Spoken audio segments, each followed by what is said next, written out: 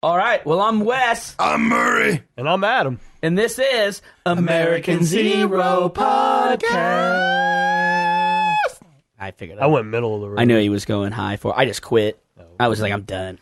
Right when I saw Murray's mouth start to stretch, I was like, I'm done. Look, I just do. His Steven Tyler mouth started. I just do whatever. I'm just trying to change it up every episode. I hear you. There's really not much more you can change it up, though. It's true. You know, I can just go low, high, middle of the road, deep. Maybe real just deep, make up like, some fucking cartoon character voice type thing. Zero pot, like you sound like Buffalo Bob or from Silence of the Lamb. Yeah, And that's Buffalo Bob. Yeah. You're like a great big fat person. Would you fuck me? Yeah. I'd fuck me. Yeah, fuck me. By the way, it's American Zero Podcast where we skin people and put the lotion on and own poodles. Hey, what are we talking about? Poodles. They already owned a poodle. Oh, yeah. I was like, where are you going? Remember she trapped the poodle with the basket? Yeah. She's like, I'll break its neck, I swear to God. He's like, you give it back. It puts the lotion on the skin. That's all I remember from fucking Joe Dirt. Yeah. All your Silence of the Lambs references come from Joe Dirt, not the actual movie. Yeah. You're like, I saw it once, and then I got the gist from Joe Dirt. Yeah. That's what. Well, no, it's like it's All of a sudden, there was an Indian guy selling fireworks. Yeah. I don't know where he just came snakes from. and sparklers. And I was like, wait, is this Silence of the Lambs or Joe Dirt? I don't care either way. Confusing. Shrooms are good.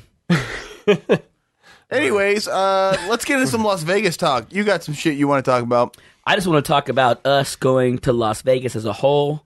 The whole group of us, all three of us here.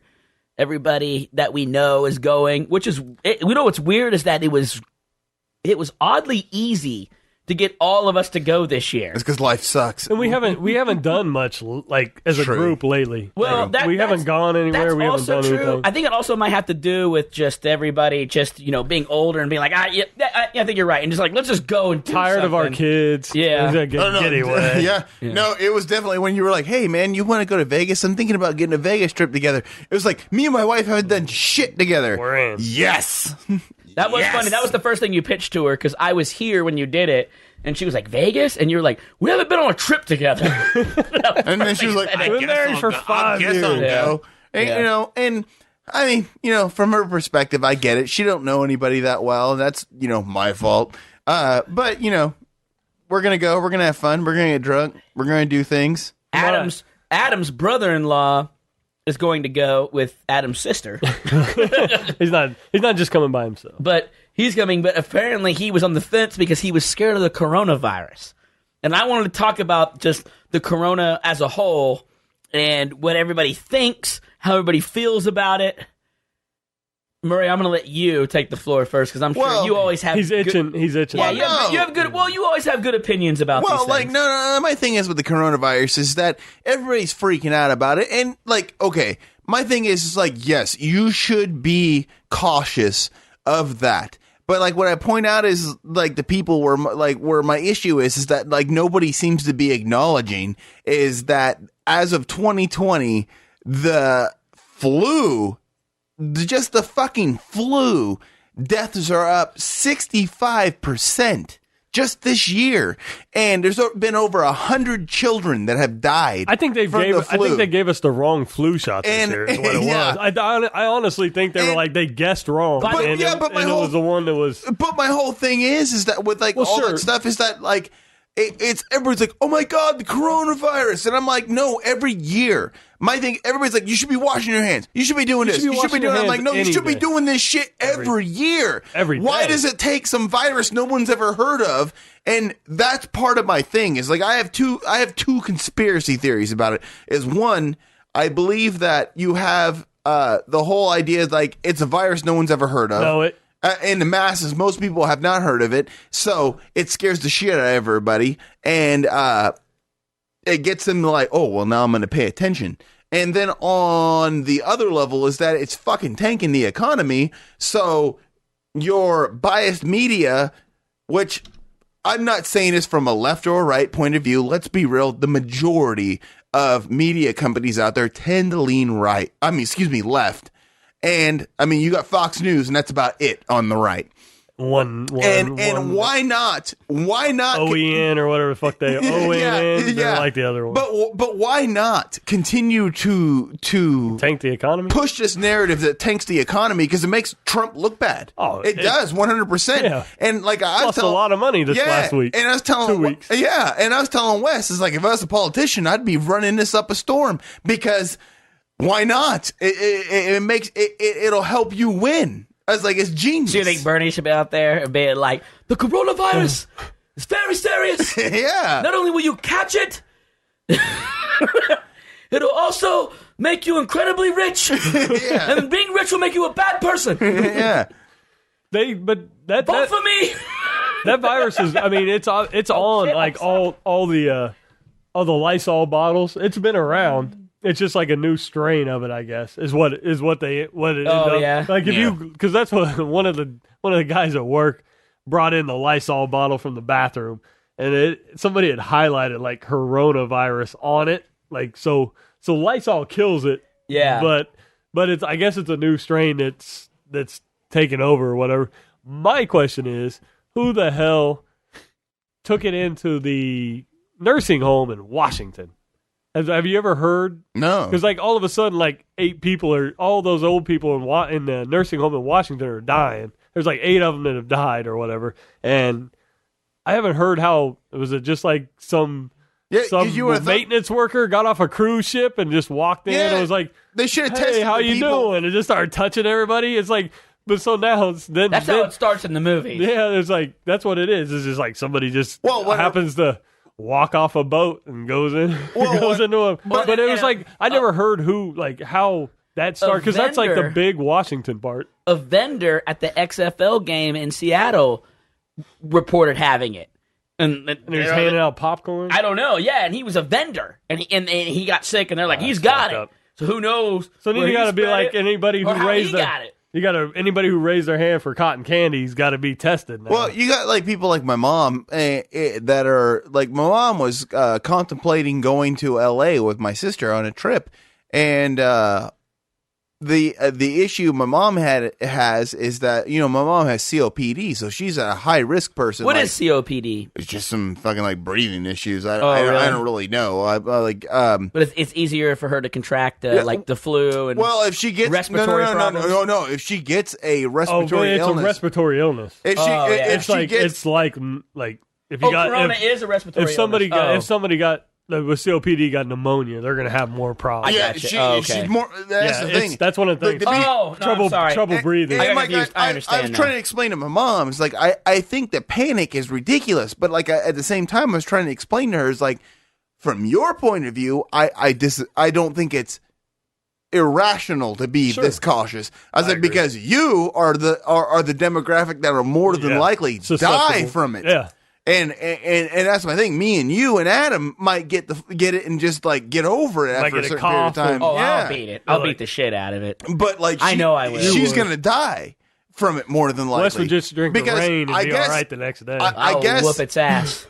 My people don't know this about me. My immune system literally has boxing gloves in my white blood cells. They just pound. They're all tight. They're all named Tyson the body Fury against any disease. I guess the rate in which it turns like the flu can turn into viral pneumonia like over a period of time, but I guess this shit does it like in 2 days or some shit like that. Yeah, and that's the thing that's bad about it, because like you get it and you go from being like, oh, I don't feel good, to instantly like oh hospital. My god, holy shit. You know what I hate about this whole thing is that everybody we've been talking about it because we're going to Vegas and there's a lot of travel concerns and people. Yeah, my daughter just came back from Florida. People have worked and brought it up, and I pitched this joke to both. So it might be in this house right now. I pitched this joke to both of you guys, but everybody keeps shutting this joke down because everybody's like, "What if you catch the corona?" And then I was like, "I'll die in Vegas happy," and literally everybody goes, "It takes like 14 days to get this." I'm like, man. Just trying to make a good joke, and everybody just shuts it down. So you need to get it before, and then you can die in Vegas happy. Yeah, so I'm going to have to make that joke, and then people will be like, wait a second, you know you've got it, and you still went to Vegas? I'm like, and nothing works for this joke. This joke is out the window.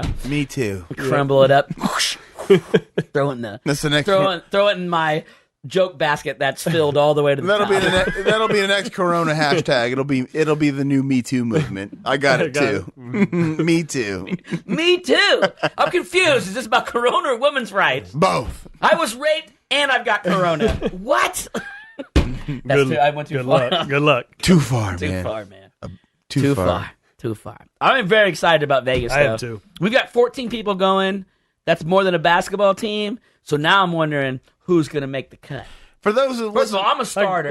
Are we not who's not going? I'm in the starting. No. Who's going to get left? But I mean, as we all go, there's going to be some stragglers. Like who's going to stay up all night? Yeah, there's going to be stragglers. I'm a starter.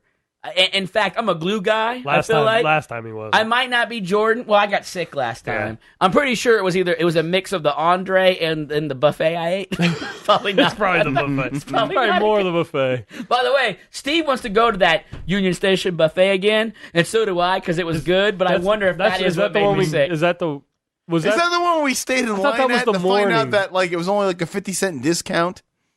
I don't know. Was that the morning one? Yeah. Yeah, that was the one. That's the one we went to when you saw the bum drinking the beer. When we were coming trash. back. Yeah, no, we went to this fucking buffet and we were standing in line to get their fucking whatever card, and we kept waiting and waiting, and I finally said, "Let's go see how much this motherfucker cost," and it was literally like a 50-cent discount. So we're like, "Fuck, standing in line for an hour and a half."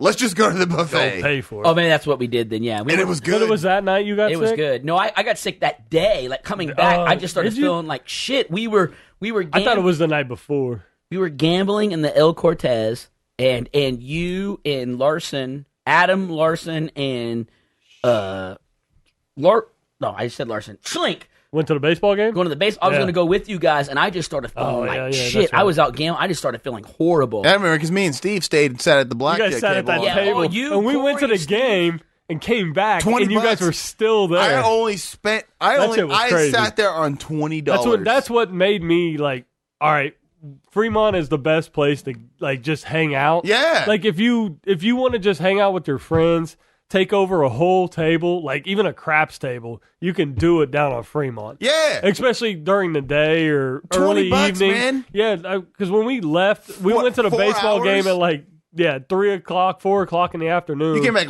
8 o'clock. Yeah, and they were still sitting at the same table. We sat there they went $20. Through four dealers. The most money I spent was actually on the waitress who kept coming back. It was so bad. The waitress was coming back, and I gave her $1 every time she did. But it was so bad that I was like, she's like, you can only have one drink at a time. So I was literally trying to down my drink as she was standing there, trying to give me the new drink, and it was great. They wouldn't let you. Yeah, you have to finish your drink. Now here's some bullshit. When I was there at that fucking El Cortez, when we were playing fucking roulette, and it was me and our friend Junior, and I had the bottle, or I don't even remember what the hell I had, but it was empty. Lavoisier. And the guy was next to me, and I say, "Excuse me, sir." I was like, "Can you throw this away because I can't reach the trash can?" Because he was in the way of the trash can. And this fucking dude goes, "Nah, man, I ain't doing that. I ain't here to play games. I'm trying to win money." And my thought in my head was, okay, it's a fucking quarter, a fucking thing on this table. Yeah. It's like, what fucking money are you trying to lose? Or trying to win, one, and two, what a fucking loser, degenerate gambler, you piece of shit. I'm like, you're blocking the trash can. So I asked him, and I even said, I was being polite. And he just acted like, you're a fucking piece of shit. I'm like, man, this ain't the fucking Bellagio, you goddamn dick. I'm like, it's a fucking quarter. It wasn't the Bellagio. When we went down there that last time, that was 7 or 8 years ago? 8. Because it was the first year. 2012. It was the first year I'm going to be at my job that I'm at. 8, yeah. I'll be at my job that I'm at now. It'll be 9 years this year, and we went the year I fucking. Because we went 2 years in a row. We went in 11, I think. Oh yeah. When my dog died. Oh yeah. And then we went, but then just Rudy? rest in peace. Well, then we went the next year, just the guys. Yeah, and then that was the first time I saw way better trip. Then that was you just doomed our next trip. I know. That was the first time. They're gonna be way better. Then they're all gonna be getting fucking crazy. I saw the self craps machine, and that was in El Cortez. That shit was awesome. And that was fun. With the dice that blew up in the air. Oh, I forgot about that. And you can do that. And that was pretty fun. It. But talking about degenerate gamblers, there was guys. One morning I came down there. I think I got up early before everybody else, and I was just down there playing. And I got on the got on that self craps machine, and two dudes sat down next to me, and these guys had notepads, and they were writing down notepads and betting their own bets. And that's when I was like, oh, these dudes are fucking they're writing down what it came up. Maybe trends. I don't know what they're writing down, trends, yeah. But I was thinking to myself, I was like, okay, these guys are trying to make a living off of the self craps machine. All I remember is like the last trip is when me and Steve. I don't even remember what fucking casino it was. You went in there, and if you signed up for like their card or whatever, they gave you like so much money for like whatever, and we find out you can use it on the tables. So me and Steve were like, "Oh, right, let's go fucking use it on the whatever." Like I think it was the craps. No, it was the roulette table, probably. And we both bet black and both bet red because we knew that no matter what, we were going to get at least half the money. One of you guys is going to win. Yeah, and that's what we did. So we fucking split the fucking. So we got the free gambling, got the free money, and then took it. You know? I was like, good thinking. I was like, fucking genius idea. Yeah. I mean, that's what you got to do on roulette. It's just black and red. Just we stayed with their money, especially. Yeah, well, definitely. we stayed at the El Cortez, and I think El Cortez has the cheapest table games in town. Oh, 100%. Because you can play $2 blackjack, you play quarter roulette, and I don't even know how to play roulette to this day. And I remember you guys were playing roulette, and that's how I learned. And I came down. We watched Travis play, and I can't remember how many worth of chips I bought. It might have been $10, $20. I don't know what it was, but I just kind of spread it all around, and they were like, well, what should I do? And they're like, it'd be best to like bet in the corners and do this so you can cover more ground. Like 4 places at once. And I said, all right, but wherever I put my chips at, it hit. And I don't remember what happened. All I know is the lady just pushed a giant pile of chips to me. It's just all these quarters. I just scooped it up, and I said, I'm out. And I scooped it, and it ended up being like $45. It was more than I put. I doubled my money. I got the fuck out of there. Yeah, but the thing is about like when you're playing down there is like you're like, damn, I'm gonna put my shit here. I might have talked about this on another podcast. I think you did, but like the thing is, you put your like, I'm gonna put money here, I'm gonna put money there, and then you win. You're like, oh yeah, I won, but it's like $1.25. Yeah. It's like that's it. But that's the thing. It's like I sat there like when we played the blackjack table. I put down $20 and sat there for fucking hours on end, and I had a blast because like I didn't give a fuck if I won or not. I was just having fun playing, and that's my thing about it all. It's like people are like those people who go in there expecting to win and expecting to win big. I think they're fucking just retards because I'm like, it's more about the fun of like the possibility of winning big, but at the same time, it's like I just want to be able to sit there and have a good time and just enjoy it. I agree. Like most of those games, like I won't play table games anywhere unless like it's all of us around the table because I don't want to screw anybody else. Like I don't know enough about blackjack. Oh, I feel bad. I'm gonna split. Like I should be splitting something. I should be whatever. And so.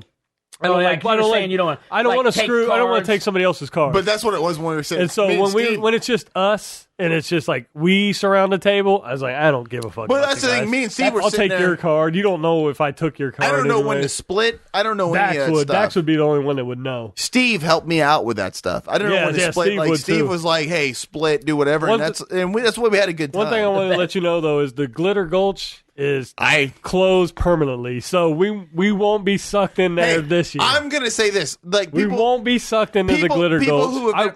I might still but people don't know try to walk towards it. People don't know about the Glitter Gulch, and basically what happened was all my friends got sucked into a scam. Oh yeah, you didn't go. No, because I knew he didn't go either because I didn't go. No. I was fucked up. I went. That's when I decided, like you guys were all like gathered around, and I was fucked up because I'd been drinking all day. Well, hang on. Let's explain. Like, tell the story of what happened. I don't know what happened with at the Glitter Gulch. All I know what happened with me is that those guys were all gathering around, and I said, "Dude, this all happened at like 11." So we were all standing outside. It was like 11:30 or 12 at night. But all I know is I said, "Dude, I can't go." It was late. I said, "I got to go back to the hotel room." But the best thing about this time doesn't matter. What happened with me? Let's just do what happened. Like Murray will tell your story, I'll tell my story. Adam will tell Go ahead.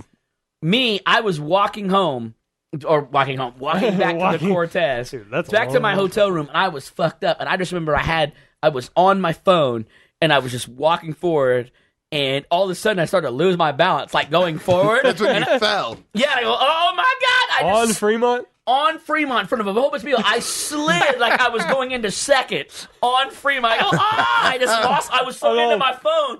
I just lost my balance and up slid. and stuff. Huh? And all the puke that's on Fremont. I don't think I did. Like, It seemed God, clean. it's so gross down there. That'd be the last place I want to be. It's on my face on Fremont. Honestly, I probably did. I don't know. My shirt, it seemed clean, but it was funny. I went, but it was comically. I didn't fucking I slid on my chest like Superman. You didn't, I went, land right my on your phone face. flew out, and some dude was with his girlfriend. He walked by and he goes, "Holy shit!" And he saw me like flying. And he goes, I started laughing, and he came over and he's like, "Dude," he was laughing. He's like, "You okay?" And he gave me hand up. And so I was like, oh, man, I don't know what happened. I just lost my balance, man.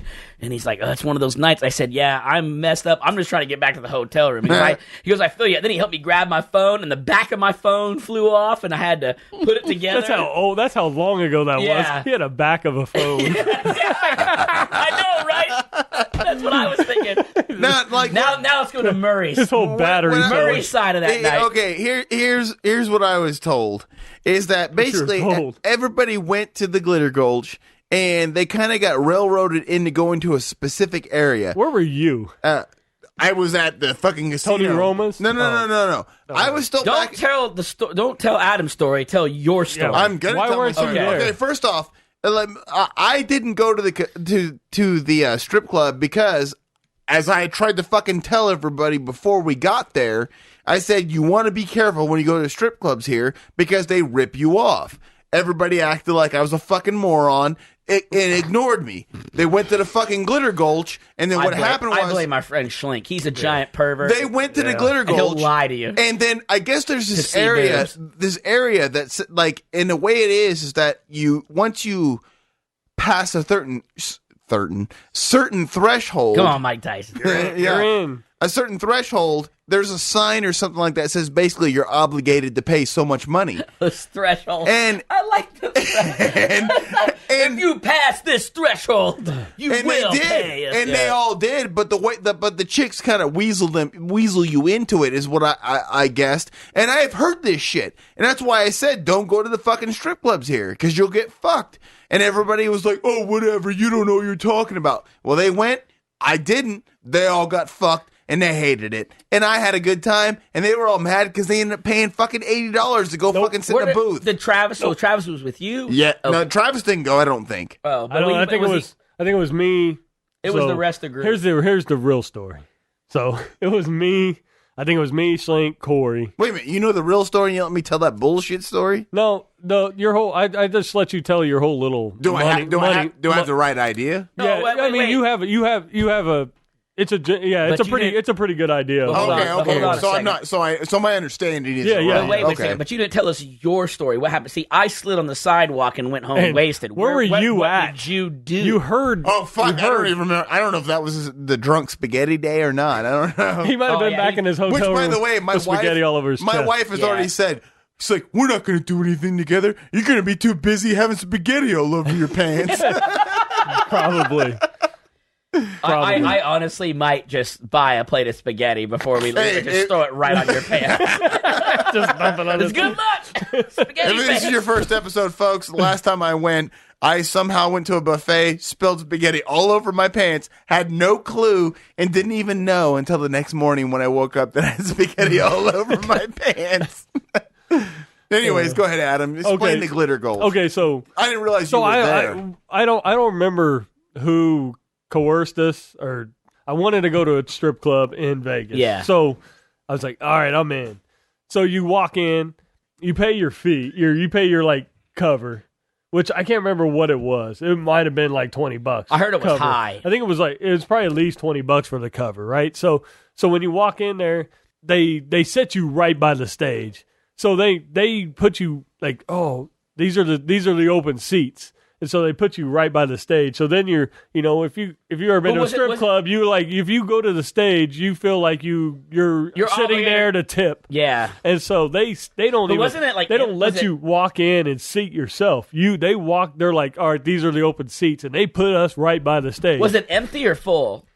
It wasn't that big. Like it was mostly like a stage in the front with seats around the stage. And then once after you sit at the stage for a couple minutes and don't really give anything, then they're like, all right, we need to move you. And so then that's when they move you to the bullshit area, the far wall. Then they start separating you. Yeah, guys? No, that's what the far. What is this, Auschwitz? The far wall. The far wall was like they were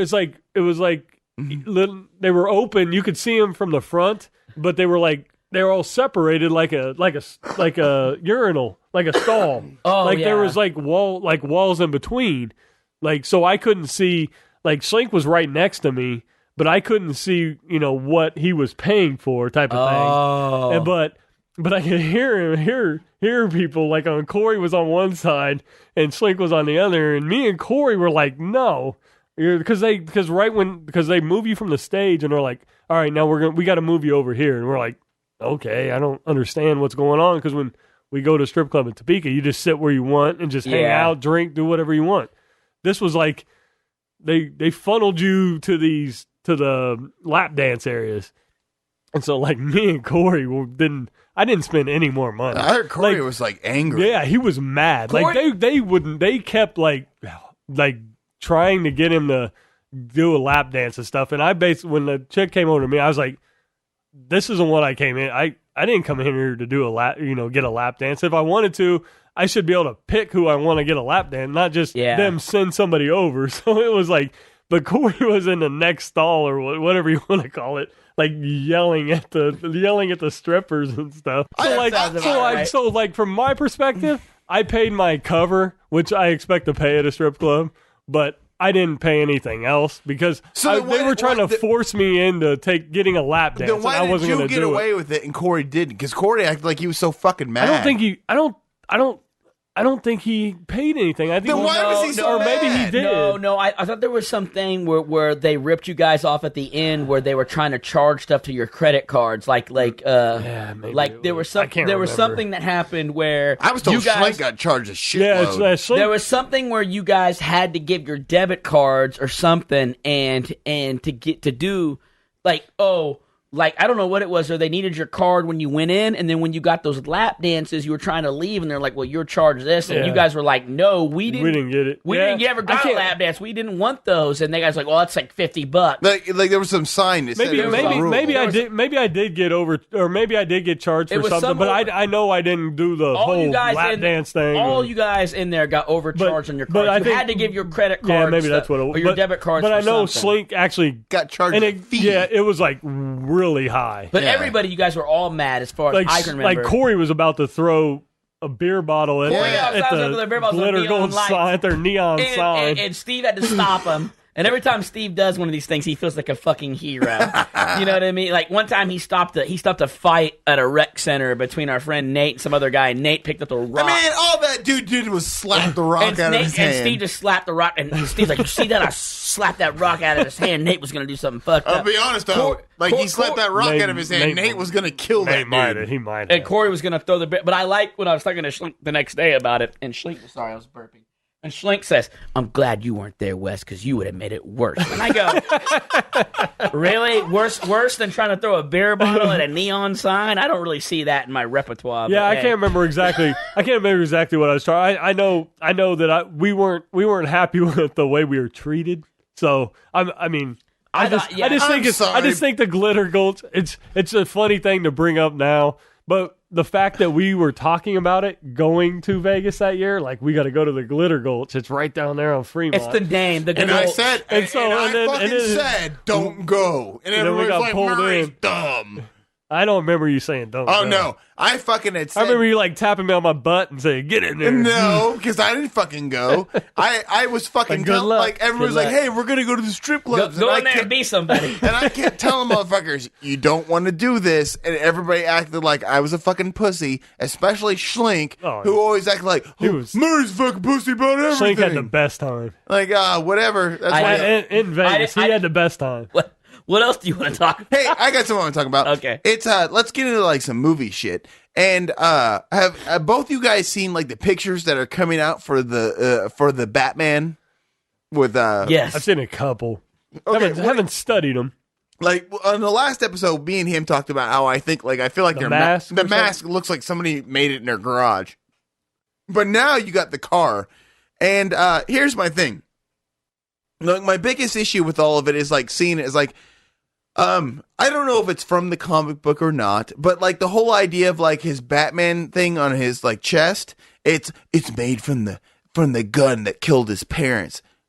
Oh, that I didn't see any of that. Yeah, yes. And I'm like, dumb. And I think that comes from the comic book, but I think it's lame. I think it's kind of fucking lame. And then you see the new car. Wait, where did he get the gun then? I have no idea. Pick it up from the crime scene? Yeah, maybe. And then yes, that's the new car. It looks like a fucking Dodge Charger. It does. It's a fucking Dodge Charger with some extra shit on it. And like my whole thing is like, it's one of those things where I feel like DC still doesn't fucking get it, man. Why were Christopher Nolan's vehicles and everything so much cooler than any of the other ones? But that's what I'm getting at. Like, who built those? Who came up with those ideas? I feel like DC like doesn't know what to do at this point. Neither is Warner Brothers. It's like they just don't get it, man. It's like they're so badly wanting to be the anti-Marvel that they're trying too fucking hard with everything they do.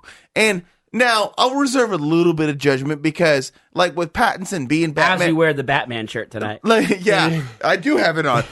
With Pattinson being Batman, I like that casting. I do. I like him as the idea of being Bruce Wayne and Batman. But what I've seen from it so far is I'm not impressed.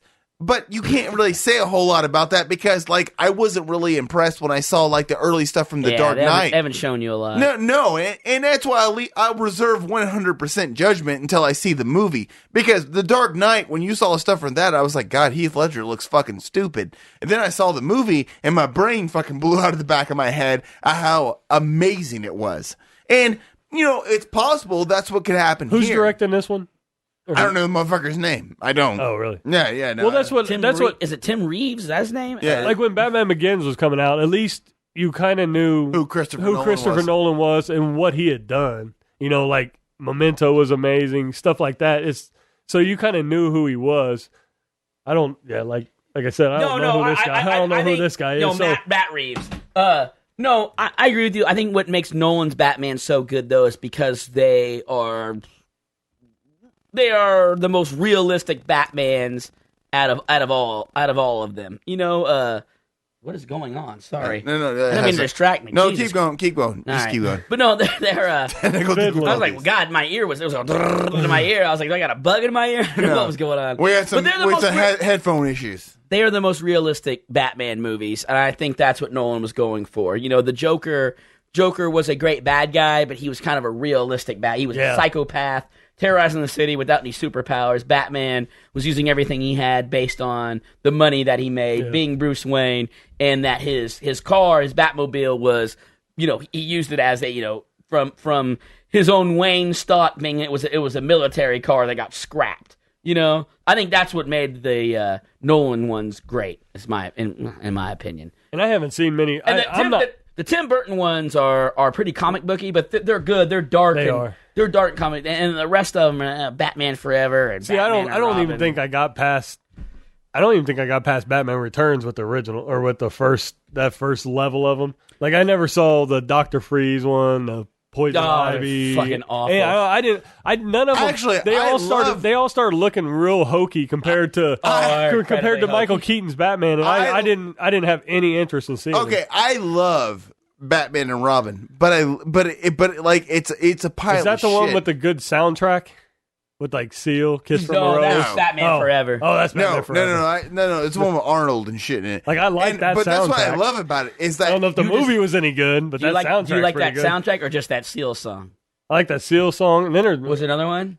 That Seal song's amazing. no, there's Hold Me, Kiss. What's that? That is Thrill Me, Kill Me, or whatever. That's from Hold Me, Thrill Me, Kiss Me, Kill Me. Was that like? Is that? That's from the same U2. movie. That's I U2. think- yeah, That's a U2. It's the same. It's on that same album. I think it's from the same movie. It is. That's why I was like, I enjoyed that album. But my whole thing is that like Back when soundtracks were cool. I love Batman and Robin. That is true. There's not good soundtracks anymore. I love Batman and Robin, but it's for like I understand it's a pile of shit, but I love it because it's like watching like Scooby Doo in real life because the motherfuckers kick their heels together and skates come out of them and shit. Yeah. And then when he fucking like surfs down the fucking dinosaur tail or whatever it is, it makes a noise like it's actually the Flintstones and shit. And that's what I love about it. And which one was that? What killed the dinosaurs? The Ice Age. You know, it's so fucking terrible. That's what I love about it. Actually, in hindsight, it's almost comparable to the 1960s Batman with how cheesy it is. It is. And that's why I said, like, when I fucking hated on what's the fucking Harley Quinn movie? Birds of Prey. When I hated on that, like, people are like, well, what'd you think of it? And I said, like, this is the best way to put it. It's as if somebody came to Joel Schumacher today and said, hey, what if you made a Deadpool ripoff, but made it exactly like Batman and Robin? That's what that fucking movie is. 100%. Yeah. And that's, like, I still love it, you know? And, like... Is that Clooney? What? Was that Clooney? Yeah, yes. Batman and Robin. Clooney, Which I also thought Clooney was fucking amazing in that movie, but it was a pile of shit, so he kind of got shit on. Well, he's done pretty good movies. I don't know. I realize he's kind of Clooney in it. He's Clooney. He's Clooney in everything. I haven't seen it, so he's Clooney in everything. Actually, that's true. He is. Except Syriana. Is he Clooney in Syriana? I think he's better than Clooney in Syriana. He's better than himself in Syriana. Maybe. That's what I would say. Yeah, true. Maybe. Yeah. Okay. All right. Let's take a break real quick. Okay. And we'll be right back with random stuff. All right. I got a whole list of things I want to talk about. It's called Wes's Random Stuff. And the first thing I want to talk about is me and Adam's new business endeavor. It's called Pawn Bar. You excited? Are you intrigued? I am. Do you want to hear we feel it? like we're on what's it called? Shark Tank. Shark Tank. And you're going to be Mark Cuban. All right, I'm down. We're going to pitch Let's it. do You got this. a Cuban vibe. You got a Tex-Mex vibe going on. I did. All right, let's do it. Let's I'm see a your quarter bank account Mexican. first. That's about it. So our idea is we want to start a bar where you don't necessarily have to have money to buy drinks. You can trade in things for drinks depending on what you trade in. Like if you're like, I have no, like I don't have any cash questions? today, This is basically. but I have this nice watch. Can I ask questions? Yeah, that's sure. what it We is. start Sure. to pitch Okay. it to you, then you ask questions. Okay. Let us pitch it Okay, first. go ahead. I'm Adam, sorry. go ahead. I'm Go sorry. ahead, what you were So saying. like I was saying, so if somebody comes in there like I don't have any cash, I can't run a tab, but I have this nice, Casio watch.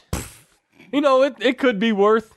We don't know. We don't know. $60. We're gonna judge it by the way it looks. We're not just 60 going or to judge 20. it. We're going to have somebody on the phone where we can call and give them the deets. Or we'll have like Rick from Pawn Stars, Yeah. like a guy like that'll know. That knows that We'll Casio call watch. in guys. Who the fuck is Rick? Rick On from Pawn Pawn Stars. Stars. Rick's the main bald guy from Pawn Oh, Stars. yeah. Okay, all But right. we'll have somebody on Yeah, the but- phone. but here's my thing. So we take their Casio watch. Yeah, and they can have a few beers. Yeah, Or but- more but than that. If it's worth okay. $60, they're getting $60 worth of drinks. but here's But what you my hang up can is. pawn it. You can pawn it for either alcohol or money. But we will keep the ticket if you get money. If you just want beer, then we keep your watch and you get whatever alcohol Well, basically, you want. it's Because you're if you pawn- consuming. Okay, here's where But you have to use the prices above Yep. where things are listed. Yeah, but okay. Here's my problem. First off, it's a Casio watch, so it ain't worth shit. I'm just- That's not. It might be a Bulova. Could be anything. It could be something somebody stole from somebody else. What are you That's fucking- not our problem, though. Yeah. What are you fucking John? You Candy want to from- drink from- and That's you not our came problem. here. Now look, the police. You came here with no money and you want to drink. The police will Give us your visit- shit. The police will visit this pawn bar a lot, but hey, without receipts or serial numbers, there's nothing we can do. A final transaction is a final transaction. We'll take your assets. Give me something. Give me something that you would like to pawn. Okay, well, no. And we'll deem what it's worth in alcohol. My first thought is, now hang on. My first thought is that you come to me with a watch. Let's say the watch is worth, like you said, $60. Mm-hmm. How much are you expecting to get out of that watch? Well, if the watch is worth $60, we're probably going to give you $30 in drinks. No, that's not what I asked. Oh. What do we expect? Because you guys... Well, we would expect to get 30, at least. This is your business that you're proposing to me. And what I'm saying is that we're not really pitching. We're joking around about the whole Shark Tank. If you want to turn a Shark Tank, go ahead. Let's do this. Because here's what I'm pointing out is that you come to me. And so we have to sell it. Yes. Oh, I'm sorry. Now, since we're turning to Shark Tank, now we're looking for investors. Yes. Yeah. No. Just sell the, like, let's go with this. I'm not going to invest in it. Let's say that I'm just going to be judgmental and say if it's a good idea or a bad idea. So the watch is worth $60. Okay. We give them $30 in drinks. So we need to sell that watch for more than $30. That's where you're wrong. Because if you go off of basic pawn stuff, you only want to give them 30% of what that fucking watch is worth. Well, it's worth $60. If you're less gold in Detroit, yeah. No, if you're any fucking pawn shop in the country, you give them 30% because that's what everybody... Is that what it is? Yes. All right, well... I know that because I pawned Okay, shit. so that's what we need. We need you to come with us and help us expand Pawn Bar. Basically, if it's worth $60, you're only giving them $20. Okay, that's fine. At the most. Okay. That works. That's what we need. That's the stuff we need to hear. You need to rip them off. Okay. I'm going to tell you right now. We can rip them off. I'm going to tell you right now, I'd like to have a sidebar with my partner because I don't necessarily know if I want someone investing in our company that is actually pawn things.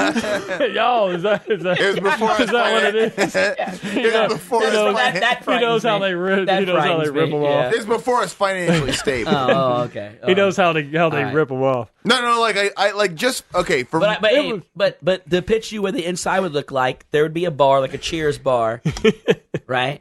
2 feet back. I like the idea, but 2 feet back from the wood would be a full panel of bulletproof glass, and the rotating windows so you can give me your watch, and then I get the watch, and then I put the mug of beer and I roll it around to you. I like that. It's like it's like it looks like a pawn shop. It's like the shitty old school restaurants that have that shitty fucking thing where you just spin it around. I know this sounds messed up. I want to capitalize on alcoholism. I see enough TV shows, movies, guys. I want to get rid of the actual pawn shop as a middleman. Guys are going around stealing things and pawning them to get money to buy alcohol. Why not just come to the pawn bar? Yep. Oh no, I agree 100%. I think this is a genius idea. We just need to give them less money. I think that's the only flaw in your concept. We don't know enough about pawn shops. You were coming in with like, we should give you this much money. Yeah. Now, if you want to get technical into it, where I said that most pawn shops only do 30%, you guys were willing to do 50 there. We were, yeah. Maybe that's your shtick, is that you do 50% because people are going to come in more often to give you what they want to get rid of to buy alcohol. Well, the way that I look at it is that I'm going to get something that probably most guys, when they steal stuff like this, the pawn, they mostly steal something that's probably close to worth 100% of what they had anyway. Laptops, whatever. They're breaking into homes. They're getting brand new things because they need to fuel their addiction. I'm going to buy it at 50% and then mark it up as 70%. And when I use that 70%, then I'm going to buy cheap booze to give back to them. So the way I look at it, it's going to be money hand over fist. In fact, what I need you to do right now is that you bought AmericanZero.com. You bought that for like $11. Well, something like that, yeah. Something like that. I need you to buy PawnBar.com. I'm not going to give you my debit. I don't feel comfortable right now. I need you to spot me on that. I'll give you 11. I'll give you 11. But since I own a pawn shop, I'm definitely good for it. And then you put that up, and then me and Adam will hit the ground running right there. Just by you buying that, you're already a 10% owner in Pawn Bar. You invested.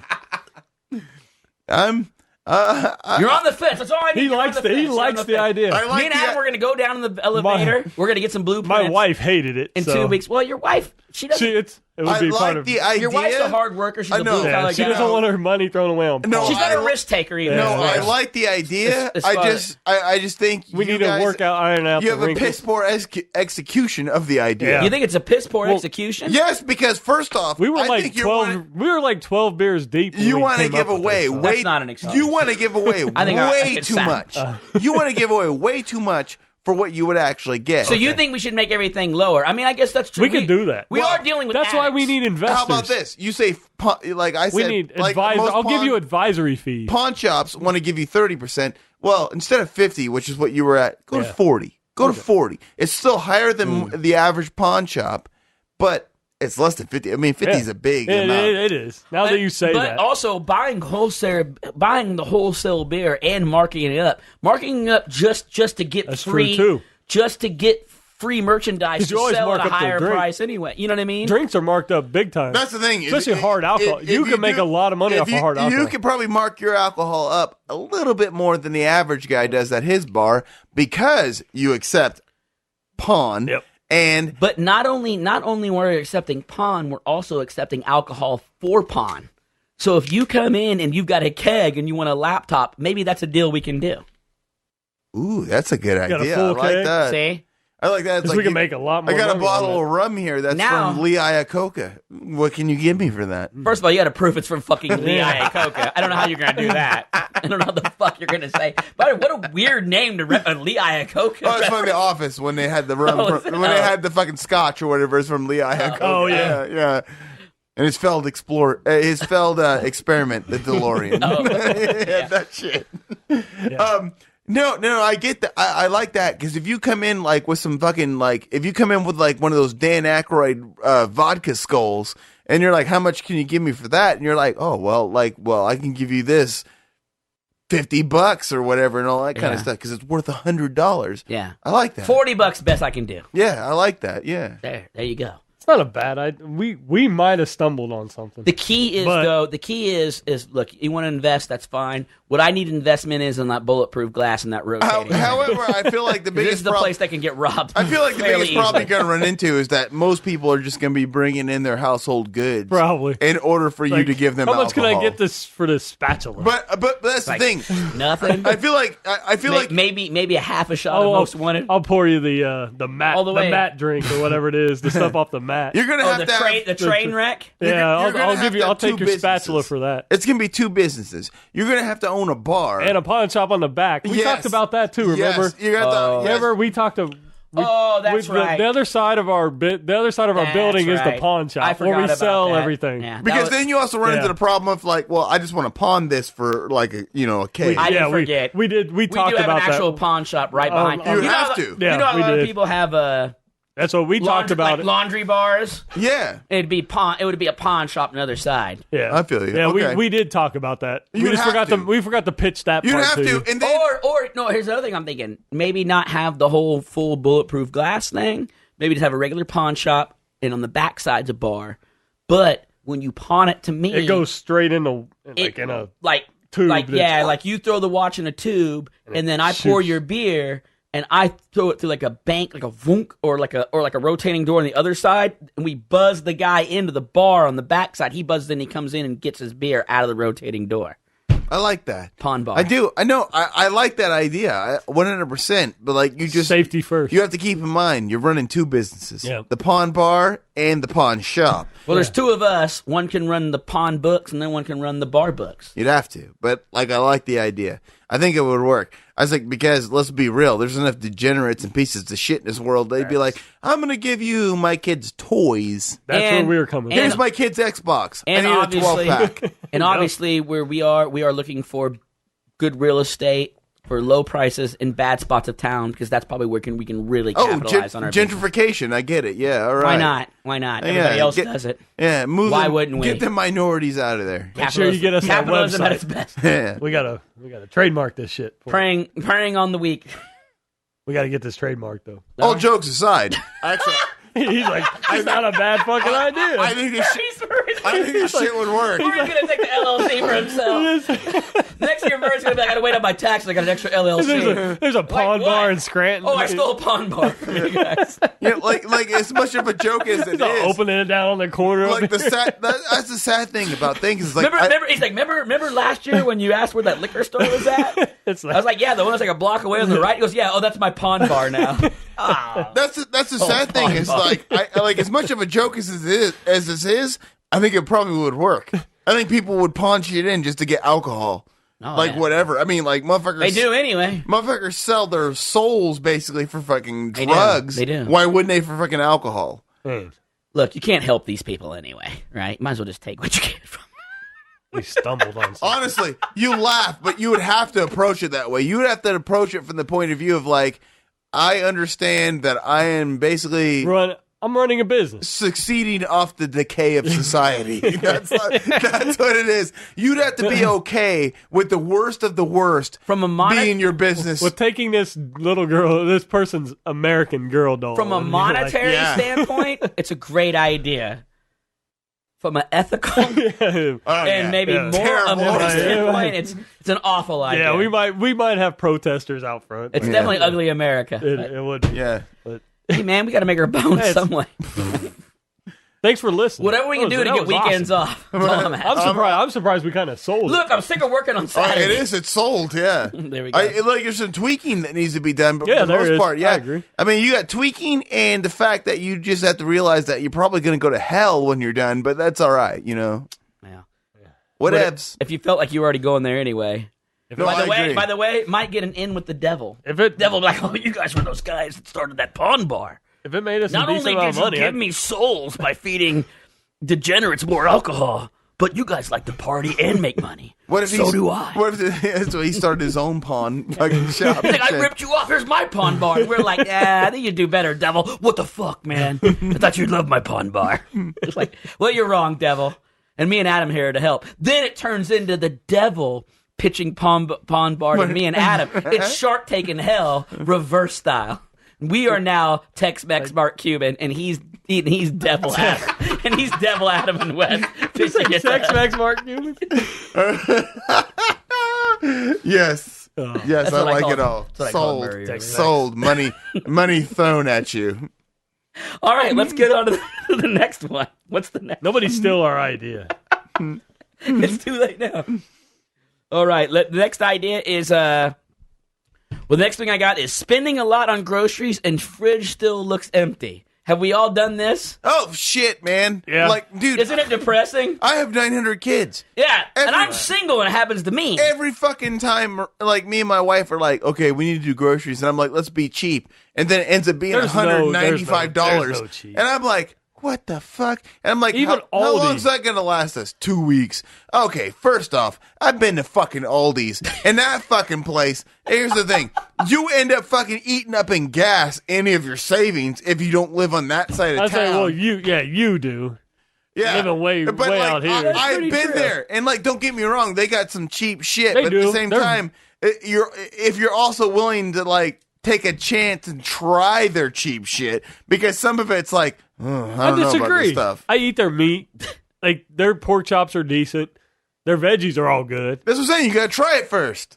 Yeah, I can tell you I've tried most of it. Okay, then please be my guinea pig. Maybe not the frozen. We don't do a lot of the frozen stuff, but like their meat's good, their chicken's good. Well, I might be going there. Yeah, then. it's worth it. It's worth it. I'm saying, excuse me. I came off as discounting them. I'm not. I've yet it's to just a meet drive anybody. There. I don't give a fuck if it's a drive. If it saves me money, I'm yet to meet anybody who can discount or approve what their products are. Oh, yeah. Now, when I used to live in town, I went there and I bought a bunch of shit. And I was like, I didn't save, but like maybe $10. Robin does most of our shopping there, and then there's stuff you can't get there, so she goes to Dillon's. When I lived in town, I didn't save shit. You buy all when I went there. I was like, I'm sorry, I wasn't impressed. How much cheaper is it than Walmart? I wasn't impressed when I lived in Topeka and went there. I was like, it depends on what, like, it depends on what you buy. Like, yeah. Robin pretty much buys the same stuff every week. Like, yeah. the certain same vegetables, same like cashew. Because she buys cashews for us because I put them in my drinks and stuff, and so those are more expensive no matter where they're at. Yeah, but it's like, yeah, you save money by going to Aldi and buying certain, like, you definitely buy your vegetables at Aldi, definitely buy, like, the pork chops aren't like super thick, but they're not bad. I buy thin pork chops anyway. Yeah, and but that's what they are there. Their milk, your almond milk, like we drink almond milk, so we buy that there. We buy the apple juice there. It's just certain things like that, that's where, you should buy it there. It's just, it's the same. It's all packaged in the same place. When it comes to canned goods and stuff like that, it's all packaged in the same place. Yeah. Oh, that's the same thing with cereal. People don't realize that like cereal all fucking comes from the same fucking exactly place. the same. The thing is like blow people's minds. Oh, you're out there like, oh, I like Energizer more than fucking Duracell. Guess what? Same building. New wrapper. Oh yeah. Different wrapper. That's all. By the way, batteries. Do you fucking that's know? ridiculous. Do you first batteries? Yeah, they're overpriced. Oh, but do you really fucking know? I mean, is there guys out there that are like, I fucking stand by Duracell? How long they actually last? I will say you have this. You have like an Energizer flashlight and a Duracell flashlight. Like you're holding them both hands. Which one's gonna go out first? I will argue. That's almost how you have to do it. Probably. I will argue with this. Is that the motherfuckers at the Dollar General here were like, oh, just buy the Dollar General brand. No, they told me that. It's like, oh, and one of the ladies goes, oh, I have to like repeatedly buy the insert real brand, and I never I just been buying a Dollar General brand ever since. So I said, fuck it. And I was like, I'll try this out. I shit you not. My kids' fucking Xbox controllers ate them fucking Dollar General batteries alive. Those Xbox, they do. And so I switched over back to fucking Energizer. And guess what? 10 times as long. Still not long enough. No, not long enough. Which, I will say this. I have been buying a fucking lithium, like special lithium fucking whatever batteries. They're more expensive. But Jesus Christ, man. Like my own Xbox controllers. It's been like a year on them same 2 fucking batteries. I'm like, this is fucking amazing. Oh, wow. But damn, my whole thing is like, when they tell me at Dollar General, it's like, oh, just buy the Dollar General brand. I would really want to tell them like, oh man, fuck off with you fucking redneck. What's funny about that is the worst electronical brand is that On brand at Walmart, the ONN brand. I asked for a, my mom's like, what do you want, stocking stuffers, all this? I just wrote a giant list, and one thing was to get it, I needed an extra iPhone charger. And I opened this box, and it's got these sweet-ass wireless Sony headphones that are really, really nice and good, and some other stuff I bought, or she got for me, and then it was the On, right when I saw the On garbage. Charger. It was Christmas, so I wasn't going to say anything to her, but I was like, this thing is going to be fucking dust in 2 weeks, and I shit you not. It was a charger? It was like a 6-foot charger cord, and I used it, and it was fucking broke within the middle of January. It was garbage. Done. And then now they're selling TVs. I was in Walmart the other day, and they're selling a 36-inch TV for $100. I was like, that TV's gonna last 4 months, man. 4 months. It's the worst electronical brand I've ever. All their charger cords never work. Everything they put out, it does not work.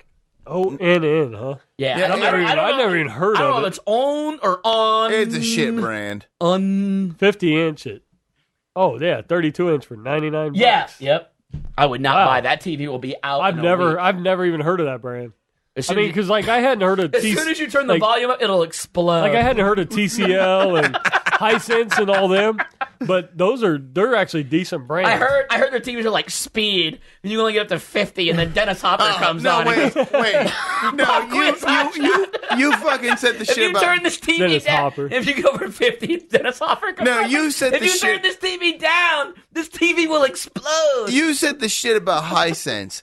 Hisense is the fucking brand that every goddamn Black Friday, they're like, we got a 4K 960 billion megahertz fucking whatever Hisense TV. And it's the biggest piece of shit you've ever seen in your life. I said Hisense because Hisense and TCL are comparable. I will disagree with you. I have two TCLs, and those are way those better. Are they? Way better. I have two TCLs, and I love them. I have a TCL They're great upstairs. TCL is like one of the best reviewed TVs around. Yes, they get good review for the price, especially.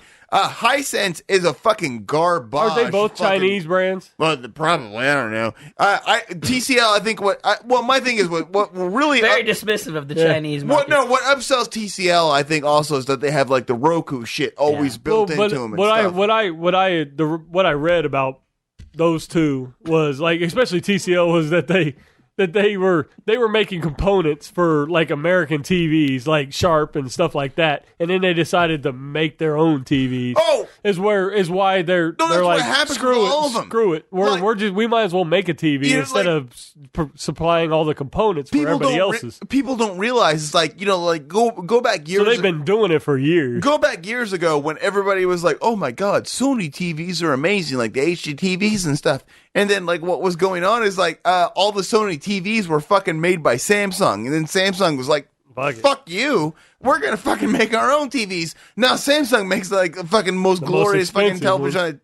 Like, we went to Best Buy today, and my daughter goes, wow, these TVs are huge. Two things popped in my mind.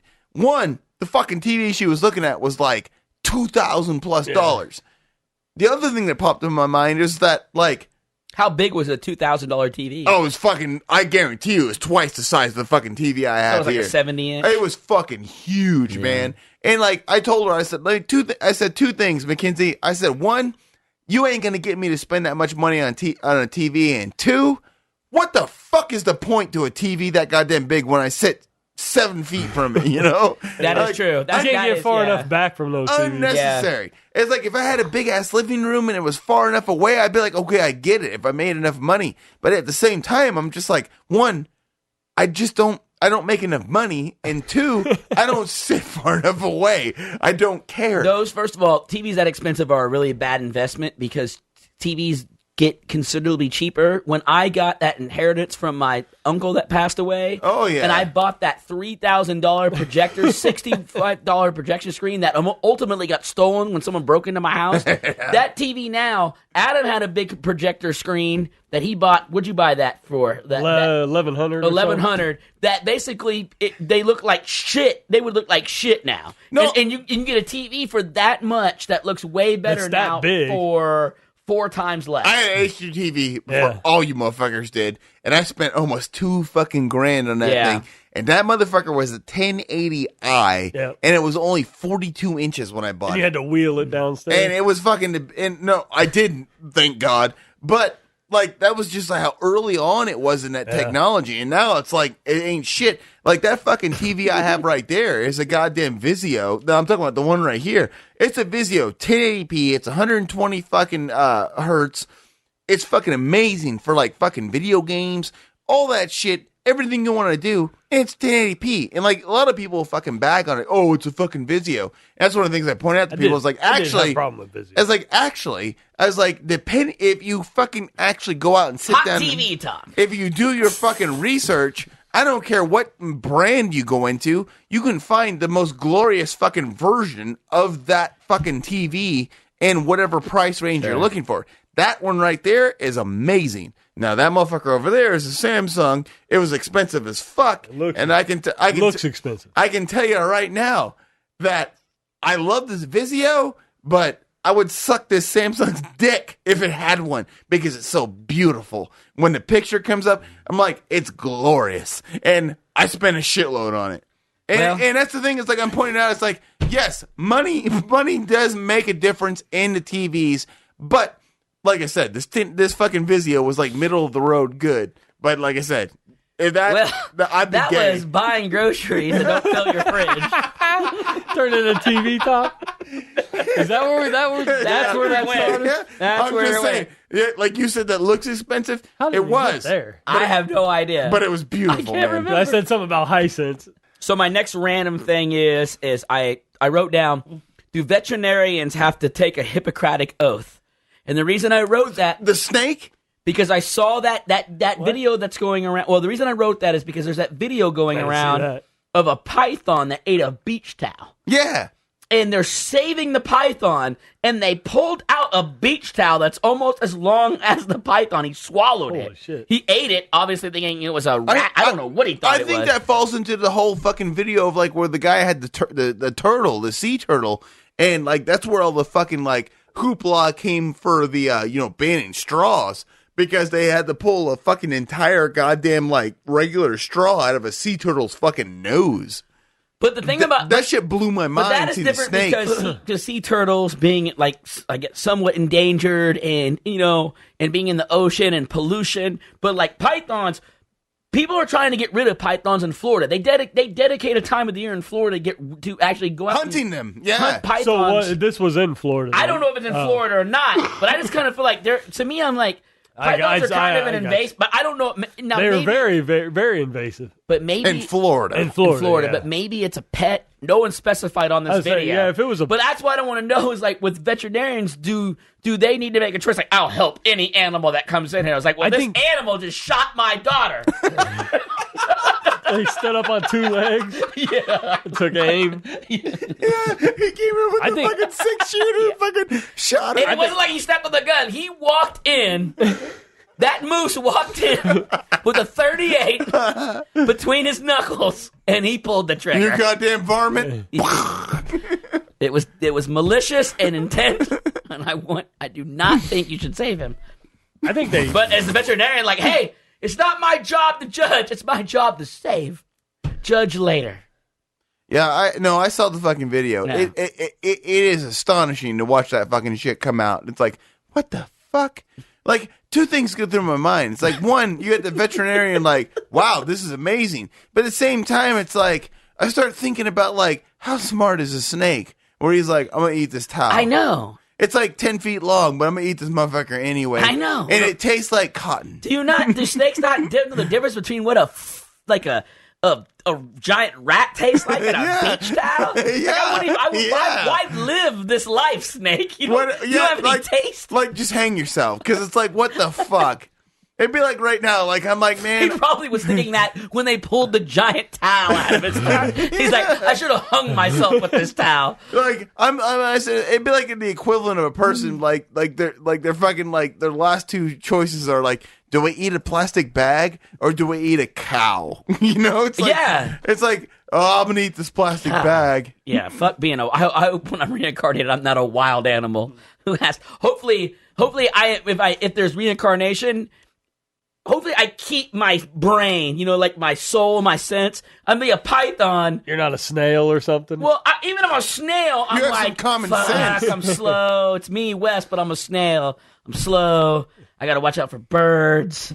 I gotta eat stuff real slow. I'm a python. I can be like, that's a beach towel. I know that's a beach towel. Yeah. And over next to it's a rat. I'm gonna eat that rat. You know what would be the worst thing if we came back as? What? Slugs. You think so? Get beer. Like, people put out beer to kill slugs. Oh, yeah, we can never drink again. Fucking love beer. We can never drink again. Yeah. That would hopefully we get killed. I guess I would drink the beer. Like, they put out beer in front of their hostas so slugs will fall in the beer. No. I guess the biggest thing that would suck is that, like, the idea of coming back as any creature that is like you have the common sense to understand this is bad, this is good, and you don't have the ability to fight it off or like react to it.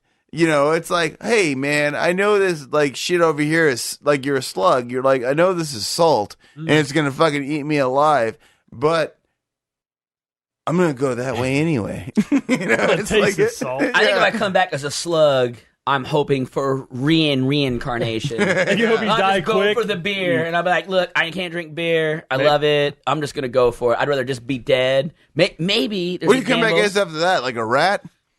Like you gotta move up in the fucking food chain? Pizza rat. Come back as a rat, get fucking killed by Pickle Rick? Yeah, but that's a deep dive. That's a Rick and Morty reference. I don't know why you said it. No one knows. Just because I knew you would get Pickle it. Yeah, it's a great episode. Though. Nerds would know. But yeah, I don't know if I want to be a rat because I would get chased by humans, snakes, eagles, hawks. Like being a rodent is a tough job, man. It really is. Think about that. You're getting chased by all kinds. You're getting poisoned by humans. No, I already tell you about the fucking time I was coming back. It was when my wife lived in Carbondale, and I was coming back home, and I was on like some fucking outskirts road coming back from wherever I was because I was doing a delivery for my work, and I fucking slammed on my brakes because a fucking owl came flying in front of my car, and I was gonna smash into it in my windshield. But that motherfucker was carrying like a giant fucking like rodent. I don't know what it was. It looked like it was a fucking possum, but it was that fucking big. I believe it. And I was like, holy shit! Because it like I would have hit it and it would have fucking smashed my windshield. There's times pieces. that I let the dogs out at night, like at 10, 11 before I go to bed or whatever, and I hear that there's owl. There's at least one that hangs out around our house, and he's out there. Owl? He's up there hooing.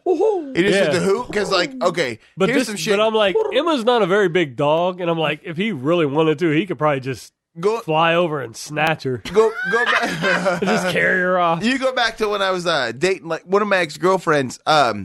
Like, she thought I was fucking nuts, and I moved over in the Misty Glen apartments, and the first night I stayed there. I was like, I went to bed and I was like, asleep. I woke up in the middle of the night to, I was like, what the fuck? Chimpanzee movie. Yeah, it sounded like monkeys were outside my fucking window. So I'm like, what the fuck is going on? Didn't happen. I swear to God, the other night I heard an owl, and then all of a sudden I heard something weird, like kind of like that. It was like, I discovered what it was. I couldn't figure out what it was. No. Like my ex, she ended up moving in with me. When you're in Misty Glen? Yeah. And she ended up moving in with me. And one day she calls me and tells me about, like, what the fuck is this? And you can hear on her phone all this. It was like a weird all this noise. shit.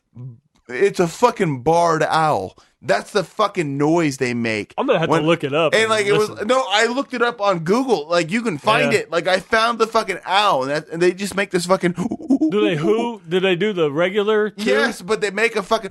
Yeah, that's what it sounded like. That, but it starts getting louder and louder. It was weird. And like it was like tons of them, and I was like sitting in my dude. The first night I was like, oh my god, what is happening? You were like, Planet of the Apes. Yeah, it was like a bunch of fucking howler monkeys outside my window. I was like, what the fuck? Because Buddy was out there just like looking around, like, what the hell is going on? Everybody he was like froze, like it was like because it sounded like you could hear the owl, and then all this other stuff started, like whatever that was making all this other, and he just like froze and was like he just like looking in the trees. No, everybody like, acted like I was a fucking dumbass and like I'm just making some shit up, and I'm like, nah, this is some crazy shit. And when I found it online, I was like, there it is, right there. And then when she fucking heard it, she was like, no, that scared the shit out of me because it sounded like a goddamn invasion of monkeys in her fucking like there was like swinging across the treetops, just what the hell hangs out in Shunga?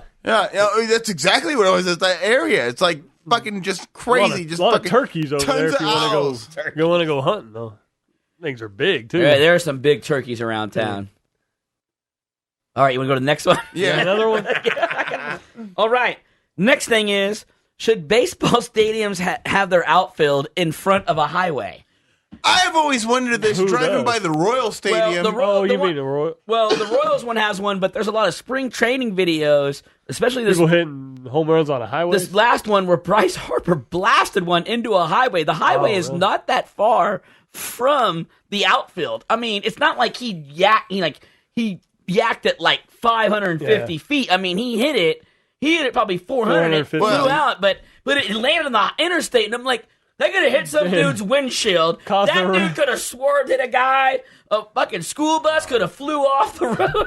What about like years ago? I don't remember what stadium it was. I think it was Kaufman, where somebody got shot, and they didn't know if it came from the highway or not. Oh no, that is true. There was a shooting on the interstate, and someone got hit with a stray bullet. Like you think about it, it's like what? Just like, I do remember that. It ain't just like the ball coming from the diamond. All it's just the open access general. What's coming from the interstate? Yeah, the open access in general. Yeah, probably came from that shitty hotel across the way. I forgot. In Kansas City, the stadium should be more afraid of the interstate than the interstate afraid of home run balls. What happened? How'd you imagine getting to heaven? How'd you die? Well, I went to a Royals game. It's like, well, you shouldn't have went in the first place. I remember I went when I was young, when Bo Jackson was there, and Jim took me, and Bo Jackson hit a moonshot, and I swear to God, I thought it went to the moon. It went into the moon and like the moonlight, and I swear to God, I never saw it drop. Who knows where it went? No, here's one of the best things. Like one of my favorite memories, like growing up. I went to a Royals game. Bo Jackson was playing then. And I don't remember what the fucking I'm going to make up a number here. I don't remember what it said on the fence because I'm excited about your hypothetical. Because you know how they have the numbers on the fence. Let's say it's 416. Yeah. My grandma sat there and said, when Bo Jackson comes up, he's going to hit a home run right over the 416. Fucking my mind was blown because that motherfucker got up and hit a fucking home run right over the number. Really? I was like, what the fuck? Like, like I spent the rest of my eternity like thinking, damn, my grandma was psychic. That's fucking crazy. But all I hoped for as a kid, I heard Bo Jackson would get mad and break bats over his knees. That's all I wanted to see. I didn't give a fuck if he hit a home run. I wanted to see him break a bat over his knees. Oh yeah, when he would, and then he would go on the outfield, and they had the clip of him like running up the wall and catching the ball. I wanted to see that shit. The best thing ever is we went to a Royals game for Adam's bachelor party.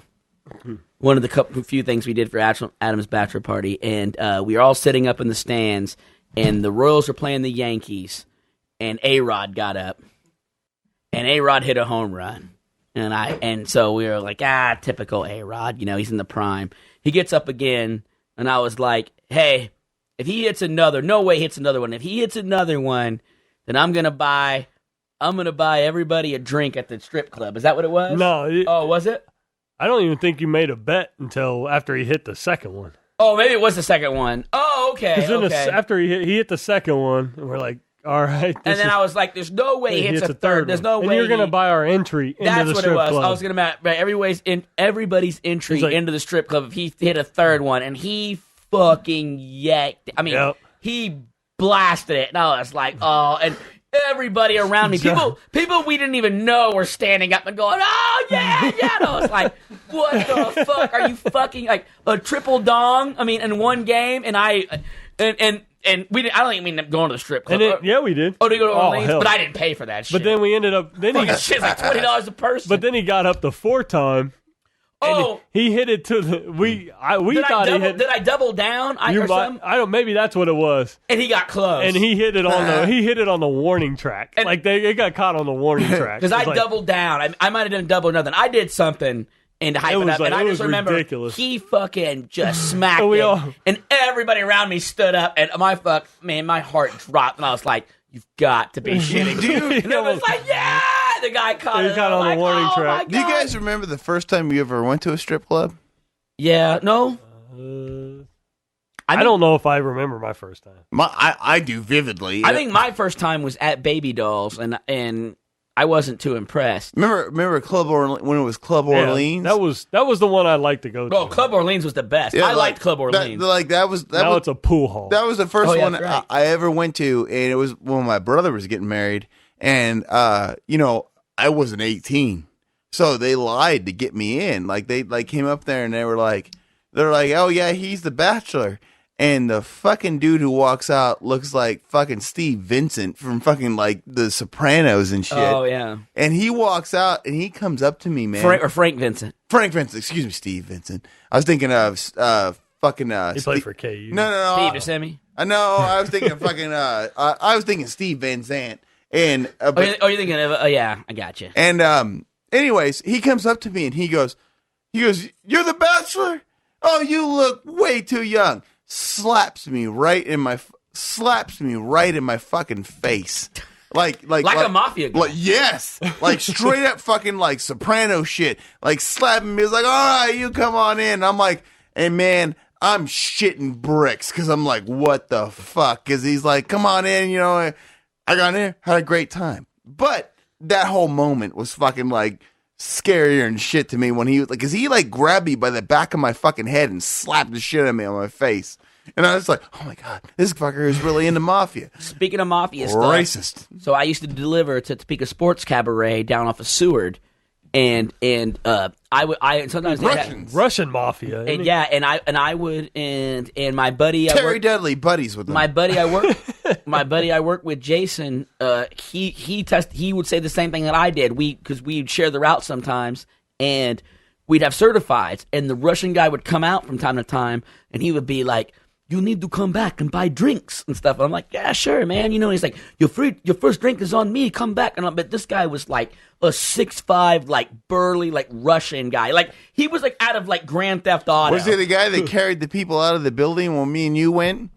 I don't remember that. No, yes. This is what a story I wanted to get into.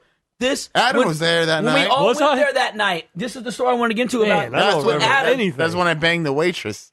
With Adam, yeah, that was the same night. We all went in there, and it was man, I would be a great cover-up guy because I don't remember anything. we all went in there. They got in a fight right behind us. And that guy just picked that one dude up by his pants and just carried him out. Well, some girl came in, and she was with a group of guys, and I think she was obviously with one guy. But I don't know if she worked. I don't know if she worked there, like part-time, or she was friends with strippers, but she was just getting on stage in her street clothes and dancing with the strippers. Huh. Then another guy out of that group was trying to tip her or grab her or something. I don't know what happened. Next thing I know, I'm like watching the stripper, and all I hear is I just hear these studs like this. Bam! Like this. And I'm like, whoa, and I turn around, and this guy has got this other dude, and he is just jacking him in his head. He's got him by the back of his shirt. And he's just jagging him. And Adam is watching it. And Adam, I remember that part now. Stood up and was going to help him. I just grabbed Adam by his shirt. Yeah, I remember that now. I pulled him right back down to the like, chair. yo. Adam's like, dude, he's getting his ass up. And I said, dude, that ain't got nothing to do with fuck. That ain't nothing to do with you. The best part was watching the old bouncer dude who had to be 55, 60 walk across the whole entire. This strip club is like 50 yards long. Walk across it and not walk across like in a hurry. Walk across it like, oh, another fight. And then as the dude just whooping this dude's ass, he finally gets over there and easily breaks him up. It's like, yeah, this dude's got old man strength. He just like breaks him apart as fast as you can, and then heads him out. And I was like, holy shit! But that dude, he was beating that guy like that for at least 30 seconds. I can understand why Adam wanted to step in. I was like, don't even mess with that. That's the only part I really remember is you like grabbing me, because I remember the fight. I remember you like, no, I was the hero, like Steve. That has nothing to do with Steve, us. are you listening? I was a hero. Like you're like, you like grabbed my head and turned it back to the stage, or like, just look over here. No. I grabbed your shirt. You got up. You got up fast. Once I sat down, you're like, is this the same night I'm talking did I do that? I don't remember that. I thought maybe I really did that. Is this the waitress night for me? Like, yeah, that's the waitress night for you. Because I remember those dudes fell on the floor, and you guys were like, look over, like, what the fuck is going on? Adam jumped up like, this dude, what the fuck, just getting ass. He was just getting his ass. It was right behind your legs. Yeah, it was close. That's why I wanted to, because it was so close to me. I remember I walked in that night. That's when I get herpes. And I stopped. Wow. Revelation. Wow. I don't have herpes. Well, there you go. Well, hey, that was should baseball stadiums have their outfield in front of a highway? Hey, let's talk about the Invisible Man. Okay. Hold on. Do you want to hear my last one? Well, yeah, go ahead. Wait, Adam has something. Let Adam go. I was going to tell you about my accomplishment this week. Oh, yeah, all right. Okay. I did a Rubik's Cube. Shut up. I did.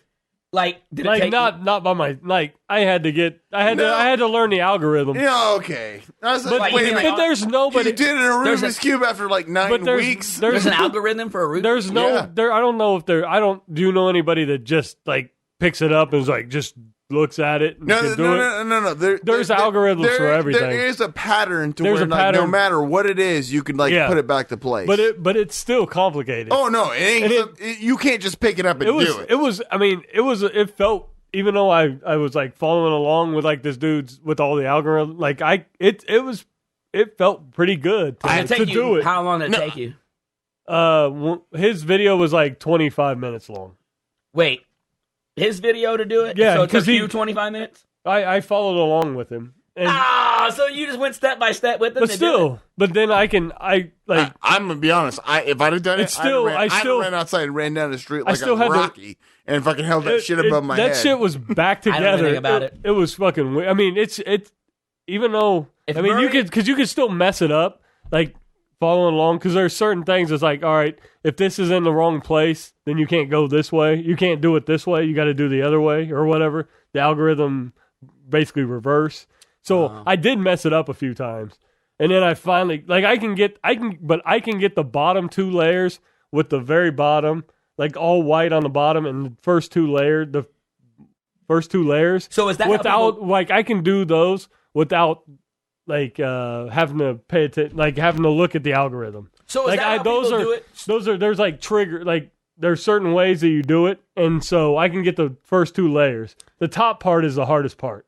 So is that how people do it so fast? They just memorize the algorithm? Memorize the algorithm. I never forget when I'm watching it's pretty, but it's still pretty. It's pretty cool that once you get it back together. When I'm watching Phil videos and they have that one of the guy who's just like going crazy on he's going so fast and it just explodes. And it just goes and he goes motherfucker and he goes crazy.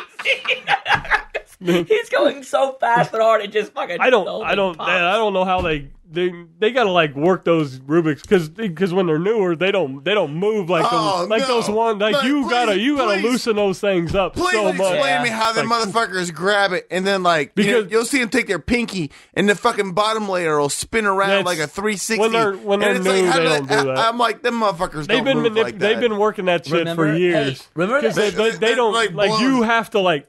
Like the new ones, you gotta like take your whole hand and spin. Yeah, and they're blowing silica sand into that shit to get it to move. Yeah, they don't move like that. Remember that show we used to like on PBS? Was it called like Top Nerd or The Nerdiest Guy? Remember it was a combination of who was going to be the biggest nerd. It was on TBS. TBS. Oh yeah. Sorry, I thought you said PBS. If I did say PBS, I'm sorry, I meant TBS. It was. We all watched it together. Remember, it was like Bachelor, but with nerds. It's like an elimination show. It's like I don't even remember. I know what you're talking about. They all lived in a house. All these nerds lived in a house together, and they did a bunch of nerdy competitions. It was like Biggest Loser, but for nerds. Oh yeah, it was only on one season. Yeah, they had a couple. They had like 2 or 3. Yeah. Oh shit! We talked about it on the last podcast. Is that the one that the guy was a billion or like a millionaire? He was like on Wall Street. One that won it or was close to win it. Was that on that show? I don't know if that was that one. But yeah. But there was an Asian guy on there. His claim to fame was like, how big of a nerd you are. And he's like, I can do the Rubik's Cube in 12 seconds. Yeah. There's a video of a dude doing it like that. They'll teach you how to do it, but he does it in like 7 seconds. It's like he hits the thing 7. It's like, holy shit. But the algorithm that I was working on, it's like you could do it under a minute. Did you buy a Rubik's Cube or did you already have one on hand? Gavin, we went to Barnes and Noble. Like they got gift cards to Barnes and Noble for Valentine's Day. And so for some reason that's what he like wanted. Like he wanted a Rubik's Cube. Like I don't know where he saw it, probably YouTube. Probably. Went down a rabbit hole. Yeah, so that's what he wanted. He wanted a Rubik's Cube, and they're $10 or whatever. So that's one of the greatest things about YouTube. But the rabbit holes. Like Gavin's got a Rubik's Cube. Robin bought Avery a hula hoop for like $5. So we're like back to 1983. It's dangerous. It's like I can get rid of all the technology. Where's the slinky? Our kids are having fun in 1983. There's 2 rabbit holes that I feel like most adult males go down. It's the one on YouTube and it's the one on Pornhub. Yeah. And the one on Pornhub takes you to places. X videos also. You discover things about yourself. Pornhub, X videos. What do I like? X hamster. Motherless. I think I like that. XNXX.com. Whatever you want to go to. My whole thing is that you end up going down a rabbit hole where you, like Wes just said, you learn things about yourself that you never realized that you were like, all right, fuck it, I'm going to drag off this. It doesn't matter. Yeah. And I mean jack off. And the next thing you know, drag off. And the next thing you know, when you're jacking off, you don't realize, oh wait, I'm not on X videos anymore. I'm on YouTube. Yeah, it's bad. What do people do? Rubik's Cube. Yeah. But it's what happens. This is what I like. Beating off to Rubik's Cube. Yeah, that's what happens. It is. Well, those are Adam's achievements for the week. Beating off the Rubik's All right, Cube. hold on. My next random thing is, this is the last one, is pooping during a tornado drill. And the reason I'm bringing this up is... We just had her. The other day? Because, we had a tornado drill. We didn't have it at work because our boss is so dumb. She didn't realize... Like it was statewide tornado drill? It was the day before she brought it up. 10 o'clock, right? 10 o'clock one. I'm out on my route. I'm already out delivering mail. The sirens are going off. So then the next day, you're like looking around. Like, so then the next day she comes in. She's like, "We'll be having a tornado drill. I don't know when it is." I didn't say anything the whole time. I'm thinking like, wait a minute, she didn't know when it was. You're like, that shit went off yesterday. It's on like every fucking state website, WIBW. It's up your ass. Well, speaking of rabbit holes, I go down one about how bad my boss is. But she didn't. I just thought to myself, well, that's over with. But she goes, in our facility, it is the men's and women's bathrooms. So after do you get to choose which one you go to? I wanted to bring that up during a meeting, but I was like, I don't want to start. During tornado, is it good luck? Is it gender specific? Yeah. May I go in the women's bathroom? I just want to see. But I've seen some of the male women. I don't want to go in their bathroom. I just want to take out the couch in there, you know? Yeah. Do all women's bathrooms have couches? A lot of them do. As far as I don't know if the post office. Dude, I remember back in the day, I went into one at Sears and it had a couch in it. It like blew my mind. I was like 10. It just blew my mind. I talked to my buddy though after she said that, and I was in my case working. I thought to myself, I went into my buddy's case and I asked him. I said, "I got a question for you." And he's like, "What's up?"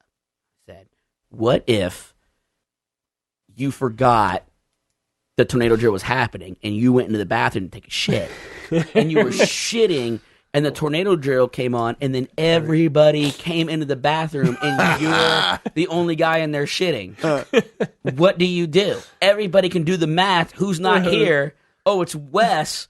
Oh, there's his sneakers. He's shitting. And there's like 20 guys in there just hanging out during the tornado drill and you're shitting. It's not too bad as long as no women decided to go to the men's bathroom. But it's not that. But it's one thing when you go into the bathroom as a man and take a dump and like, you know, there's a couple other guys in there. All right, whatever. You don't see each other. But how would you feel if you're taking a dump and all of a sudden 20 people are just hanging out around you? No, I think you own up to that shit. And like some of y'all... Why do you have to save face? Yes, people come in there... But it's ultimately embarrassing, right? Yeah, it's embarrassing. But you try to man up to it. Like people come in there and you just say, fuck it. You have no choice. You say, fuck it, finish your shit, wipe your ass, and you open up that fucking door after you flush. You walk out. Whoa! And when people are looking at you in your head, you need to be like, you gotta psych. You know, yes, just keep going. Just fucking keep going. You gotta psych yourself up. It's good, the bad, and the ugly.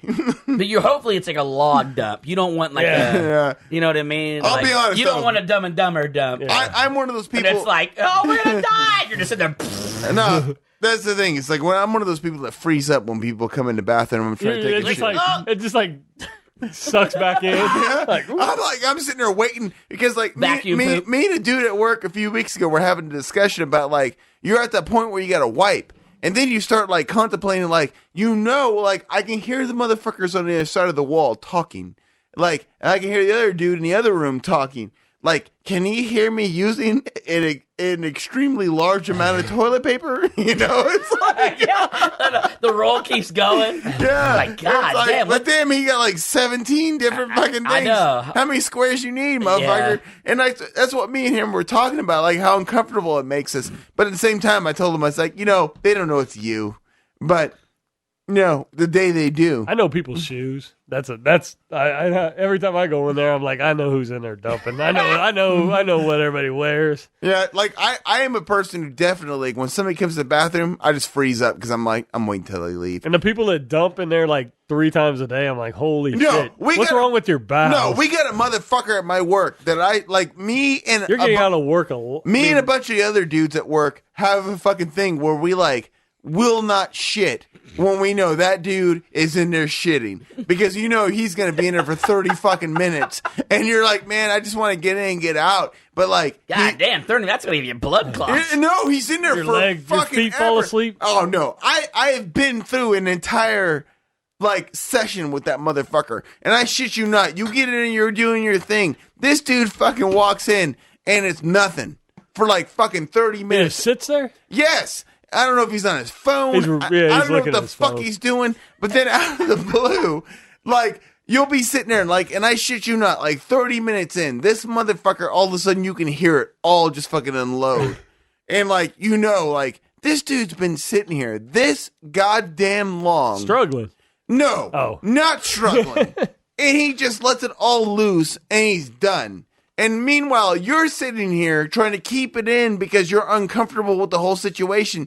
Because I have a fucking issue with I just have a problem with I'm wiping my ass. So I got toilet paper in my hand, touching my butthole, knowing that there's somebody else in the room at the same time. That's why I don't poop at work. I don't want to poop at work. At home. But I don't have a choice. I'm a home pooper. Shit happens, man. I don't have a choice. I'm a home But pooper. I'll sit down. I'm I'm going to go to the bathroom. This motherfucker walks in. I know I'm in for the long haul. And it's like, what is he doing? What is he in there doing for fucking 30 minutes? Somebody walks in, you try to wait him out before you finish. I do. Especially if I got some noisy shit going on where it's like, and then you're sitting there and you're going, okay, I'm trying to hold it. And it's going, He's got to get it out real quick before anybody walks in. Oh, my God, get the fuck out of here. Why poop at home? Like, what is he doing? I just let it loose at home. Like, I don't get it. What's taking so long? Man. Oh, my guts will be Go back to fucking work. Rumbling at work. I'm like, I only got 30 minutes. 30 minutes. It's bullshit. Get home. Anyways. But Adam, when you worked at 501, didn't you used to just drive home at lunch and take... I went home at lunch every day, and that's when I... Oh, man, if I could, I would.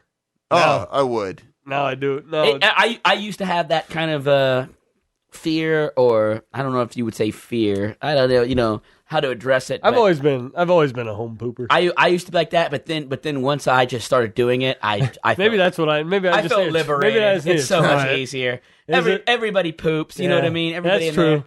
The best shit ever. Everybody has the shit. Everybody has the run. Like it's like we all have the different ones. At my job though, I'm allowed to wear headphones, so usually I just have my headphones on. So you don't hear what's I'm still going listening on. to podcasts and stuff. So I don't. But the thing I hate though is when that's what I listen to headphones. Nobody else does. When there's 3 stalls and like the one I always go to is the one that's in the corner against the wall. That's where I go. The handicap one? I feel like, no, it's not handicapped. God, the handicapped one in ours is like super tall. I'm like, how would a guy in a wheelchair even get into this fucking thing? It's like climbing a tree. Like, I can't shit on that one. I'm a short guy. I can't poop on that toilet because my toes would be dangling. You don't touch the floor. It's so tall. But what I hate is when that show would be amazing. His legs just swinging while he's pooping. That's when everybody knows it's me. It's like, oh, Hobbit West is pooping. Dun, dun, dun, dun, dun. Taking a poop. playing my flute, pooping and fluting. Give me a minute. I'll be on my way to Mordor in a second. Yeah. Hang on, Sauron. I'm coming to whoop your ass. Let me poop real quick. Fuck off, Gandalf. Yeah. Gandalf, I got the wizard trick for you. Make this toilet shorter. But you know,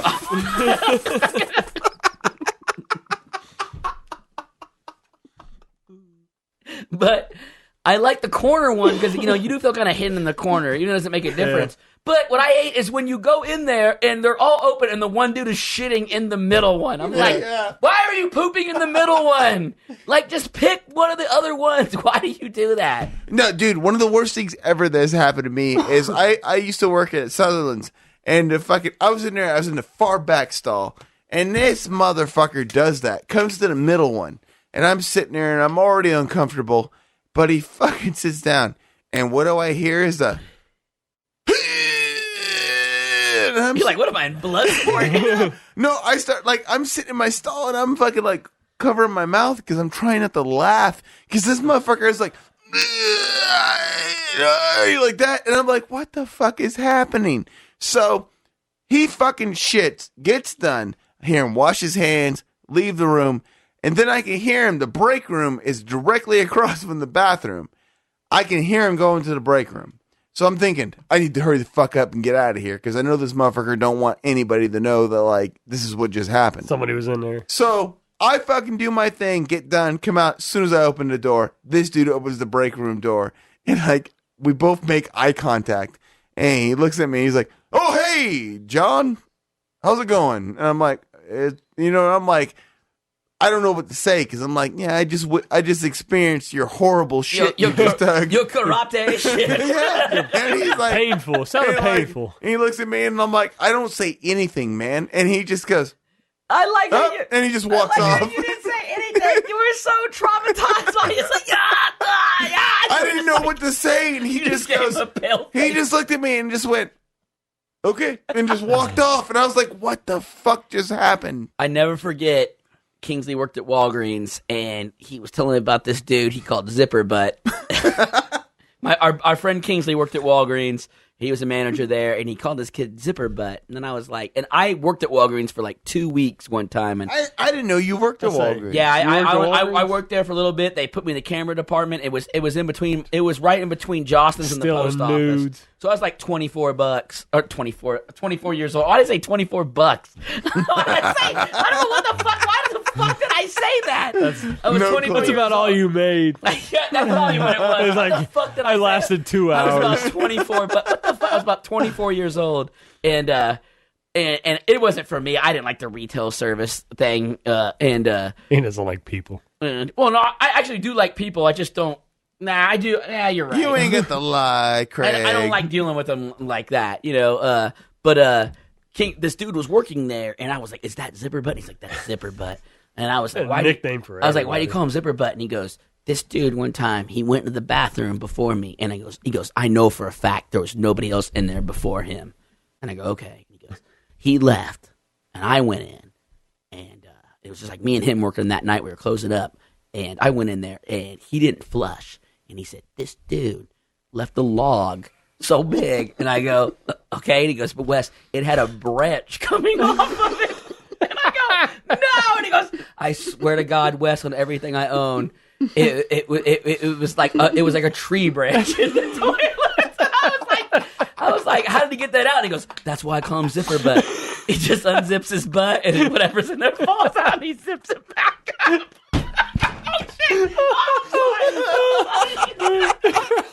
I'm so sorry. I spilled that beer.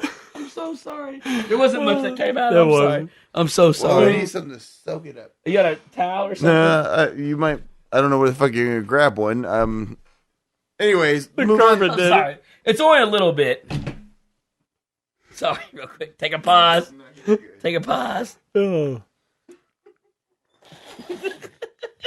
Right. We're going to have to edit this part out as he's searching for a towel. Sorry. Just a little bit. That's why I was worried about all that damn slack. I knew something like that was going to happen. You got it? All right. You guys talking about that? Like at senior care, like where I work, somebody took a shit one day and like didn't flush, and it was like the biggest log you'd ever seen in your life. So I got mad because I'm like, at this point we'd had a lot of problems with people leaving like disgusting shit in the bathroom, and I like for the life of me was like, who the fuck did this? And I'm like on a mission to be like, you are a disgusting fuck. You need to fucking like reveal yourself and fucking tell us like, hey, like it was me. Like Phantom of the Poopra. yeah. Like fucking like just reveal yourself. My thing was like, stop being a nasty fuck. I can see you shouting under the rafters. Reveal yourself. Well, lo and behold, like show your face. Like here's my issue. You're like Brendan Fraser in School Ties. Yeah. You're out in the rain, coward. The thing is, this was like one of the biggest shits I've ever seen in my life left in the toilet. And lo and behold, I find out like later that day that Miranda's like 11-year-old son left this motherfucker in the toilet. Oh, really? Yeah, it wasn't an employee. It was him. He took a shit that fucking rivaled that of like anything the biggest shit like anybody could ever have taken. You had to be proud. Left it in a toilet, and I was like, what the fuck? I was like, first you were mortified, then you were proud. And then I'm like, no, I was like, what the fuck is wrong with you, dude? I'm like, you need the shit more often. You need some fiber or something. Saving it Yeah, up. no, it was that dude. I was like, what the fuck? I mean, it was a gargantuan beast in that fucking toilet. I've never taken anything like that. And my thought was, it's like for a little kid to do that, I was like, man, he had to felt like he was molested when it fucking came out. Like, wow. I mean, it was just like, I'm sorry, like he should have been traumatized by it, but he was like, no big deal. I just like you to show yourself. Who are you? Anyways, where are we at? All right, now we're going. Now you want Invisible Man talk. Okay. Last but not least, let's go to the movie review here. Okay, what? Movie review. You got Okay, anyways, let me establish. Okay, obviously, based on the trailers, it's a movie about a woman who's, I don't know if they never establish if it's her husband or boyfriend, but he kills himself and then supposedly is coming afterwards because did he really kill himself? Or not. Yes. And that's the whole concept behind the film. And the best way I can put it is it's a giant pile of shit. Because it's an hour and 53 minutes. For the first hour, it is a very slow burn into the whole what's happening to her. It isn't till 45 minutes in that you actually see okay, something's going on in terms of is it the Invisible Man? And you would think from the trailers that they're going to try and play off this whole idea of is she crazy or is it really an invisible man? No, They don't do that at all in the movie. It's blatantly obvious. There's some invisible man fucking coming after her. There's nothing to it. But there is, in this movie, a blatant, giant fucking plot hole that once you see it, you're just kind of like, how did any of this make sense? And it's one of those plot holes. So is this something you can't give away without spoiling? No, it spoils the entire fucking movie. Okay. But once you see the movie and see this like from the beginning of like, you know, her dealing with the like all this shit, this fucked up stuff happened to her, and like being stalked by this in quotes invisible man. And the fact that the invisible man, she believes, like, you know, at this point, killed himself, like they say in the trailer and everything.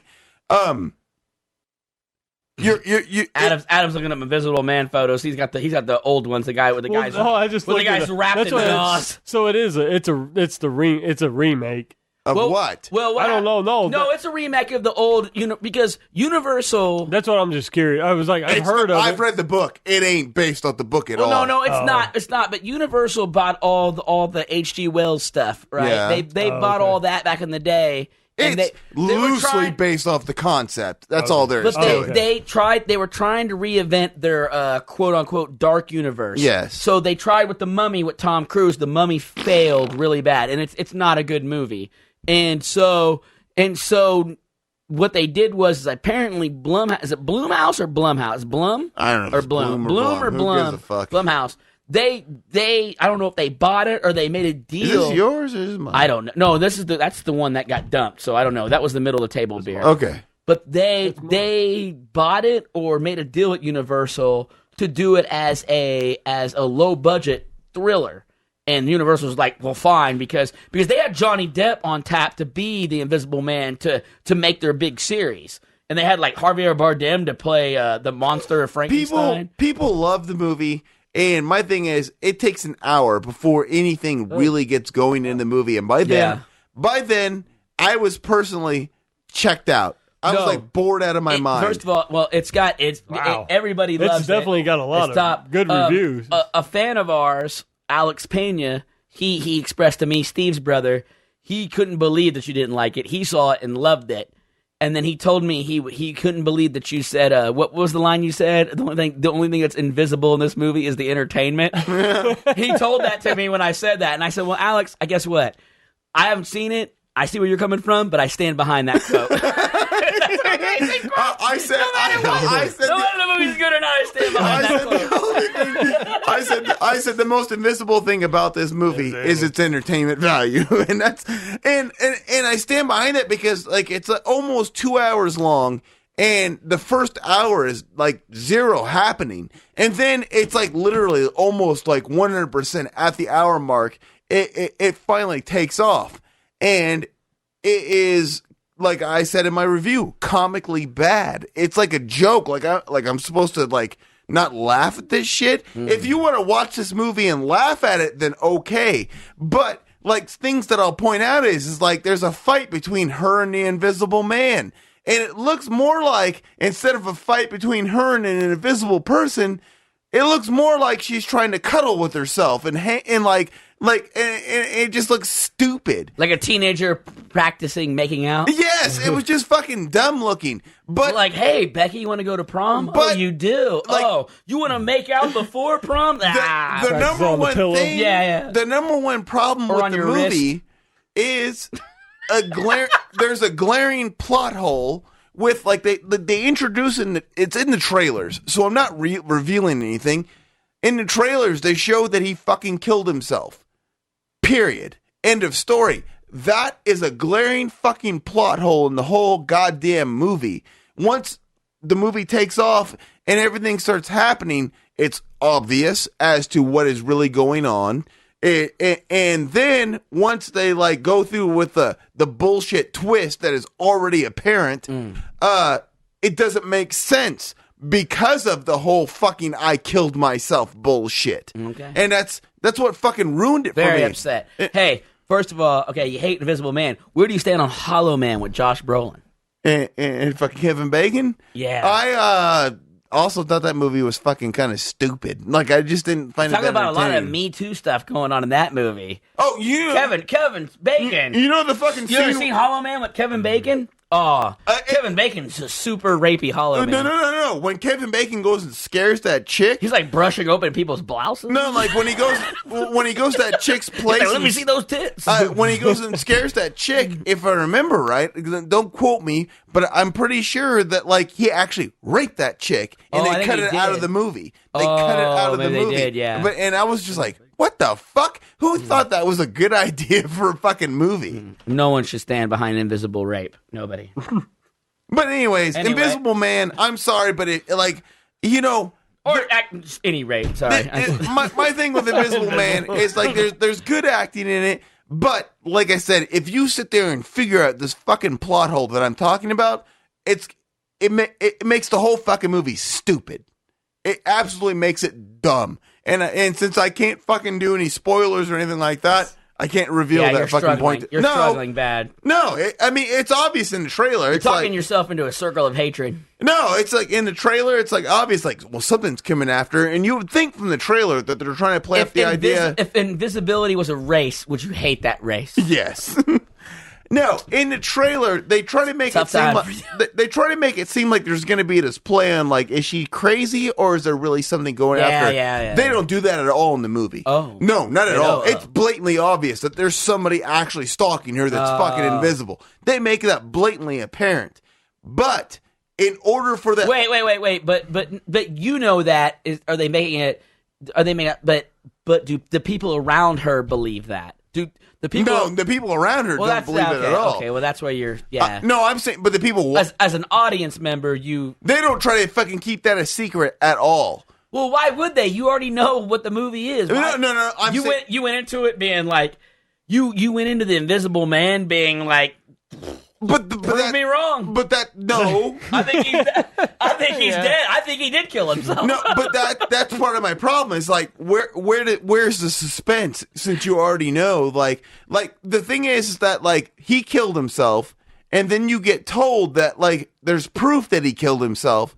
Yet there's some invisible man coming after her. I'm gonna just say this right now. I think this is hard for you to explain. no, if without you would spoiling. shut the fuck up. I'm fucking listening to No, you. no, I've you're been not. listening to you Stop. talk in circles No. for like 5 minutes now. No, there's nothing. Adam is checking his stocks on his No, phone. you stop me in the middle of me explaining. tanking. Absolutely tanking. No, Adam has been looking up trickle down economics on his phone since you've been talking. No, I just fucking told you and you interrupted me in the middle of it. In the fucking trailer, they tell you that he kills himself, and then the brother says, I know for a fact he kills himself.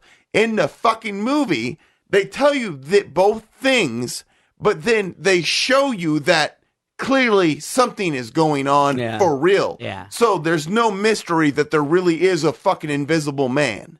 Well, yeah, that's why you went to the movie. I understand See an that. invisible so man. that's what I'm getting at. I'm confused. No, will you shut the fuck up and let me explain? I am. No, you're not. You won't let me finish. So I'm saying there's zero fucking suspense because you already know there clearly is a fucking invisible man. You should have just not went to this movie. And that's my whole fucking It's point. making you no, really wait, angry. This is no, where the movie pass is failing you. no. You clearly understand there is a. Let's talk about A Quiet Place 2. No, it's shut stressing up you out. and fuck that movie. The first one? No. Whoa, I just whoa. watched the first one. The first first one one's is amazing. amazing. Fucking over. Oh, bullshit. You're Stop out of your this mind. Stop It's this okay. podcast You're out of your right now. mind. okay. Unplug this podcast. Anyways, what I was getting at, Okay. there's a glaring fucking, I'm gonna fucking ruin it. I don't care. No, No, don't. gonna fucking ruin it. Sorry. No, look, I'm Because sorry. it's fucking blatantly obvious. It's okay. He It's fucking okay. kills Stop. himself. No, stop.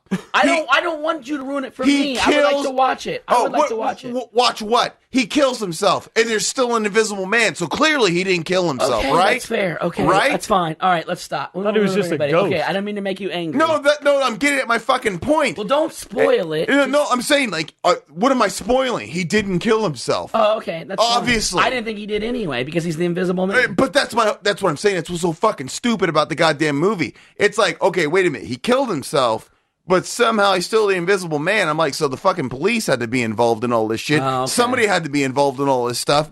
I'm like, so how did he fake his death and still fucking end up being a goddamn Invisible Man. That's true. I'm like, it's fucking bullshit. Okay. It's a stupid fucking premise. That's not much of a spoiler to me. No, it's a fucking, that's what I'm getting at. It isn't. That's my whole thing with it.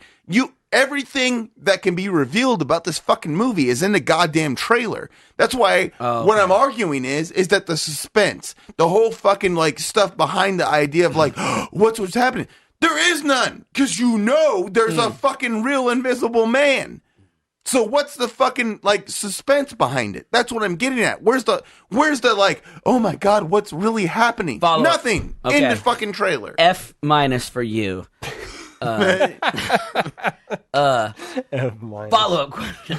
I didn't hate A Quiet Place. I just thought it was a little bit overrated. A little bit. I just watched it again to gear up for A Quiet Place 2.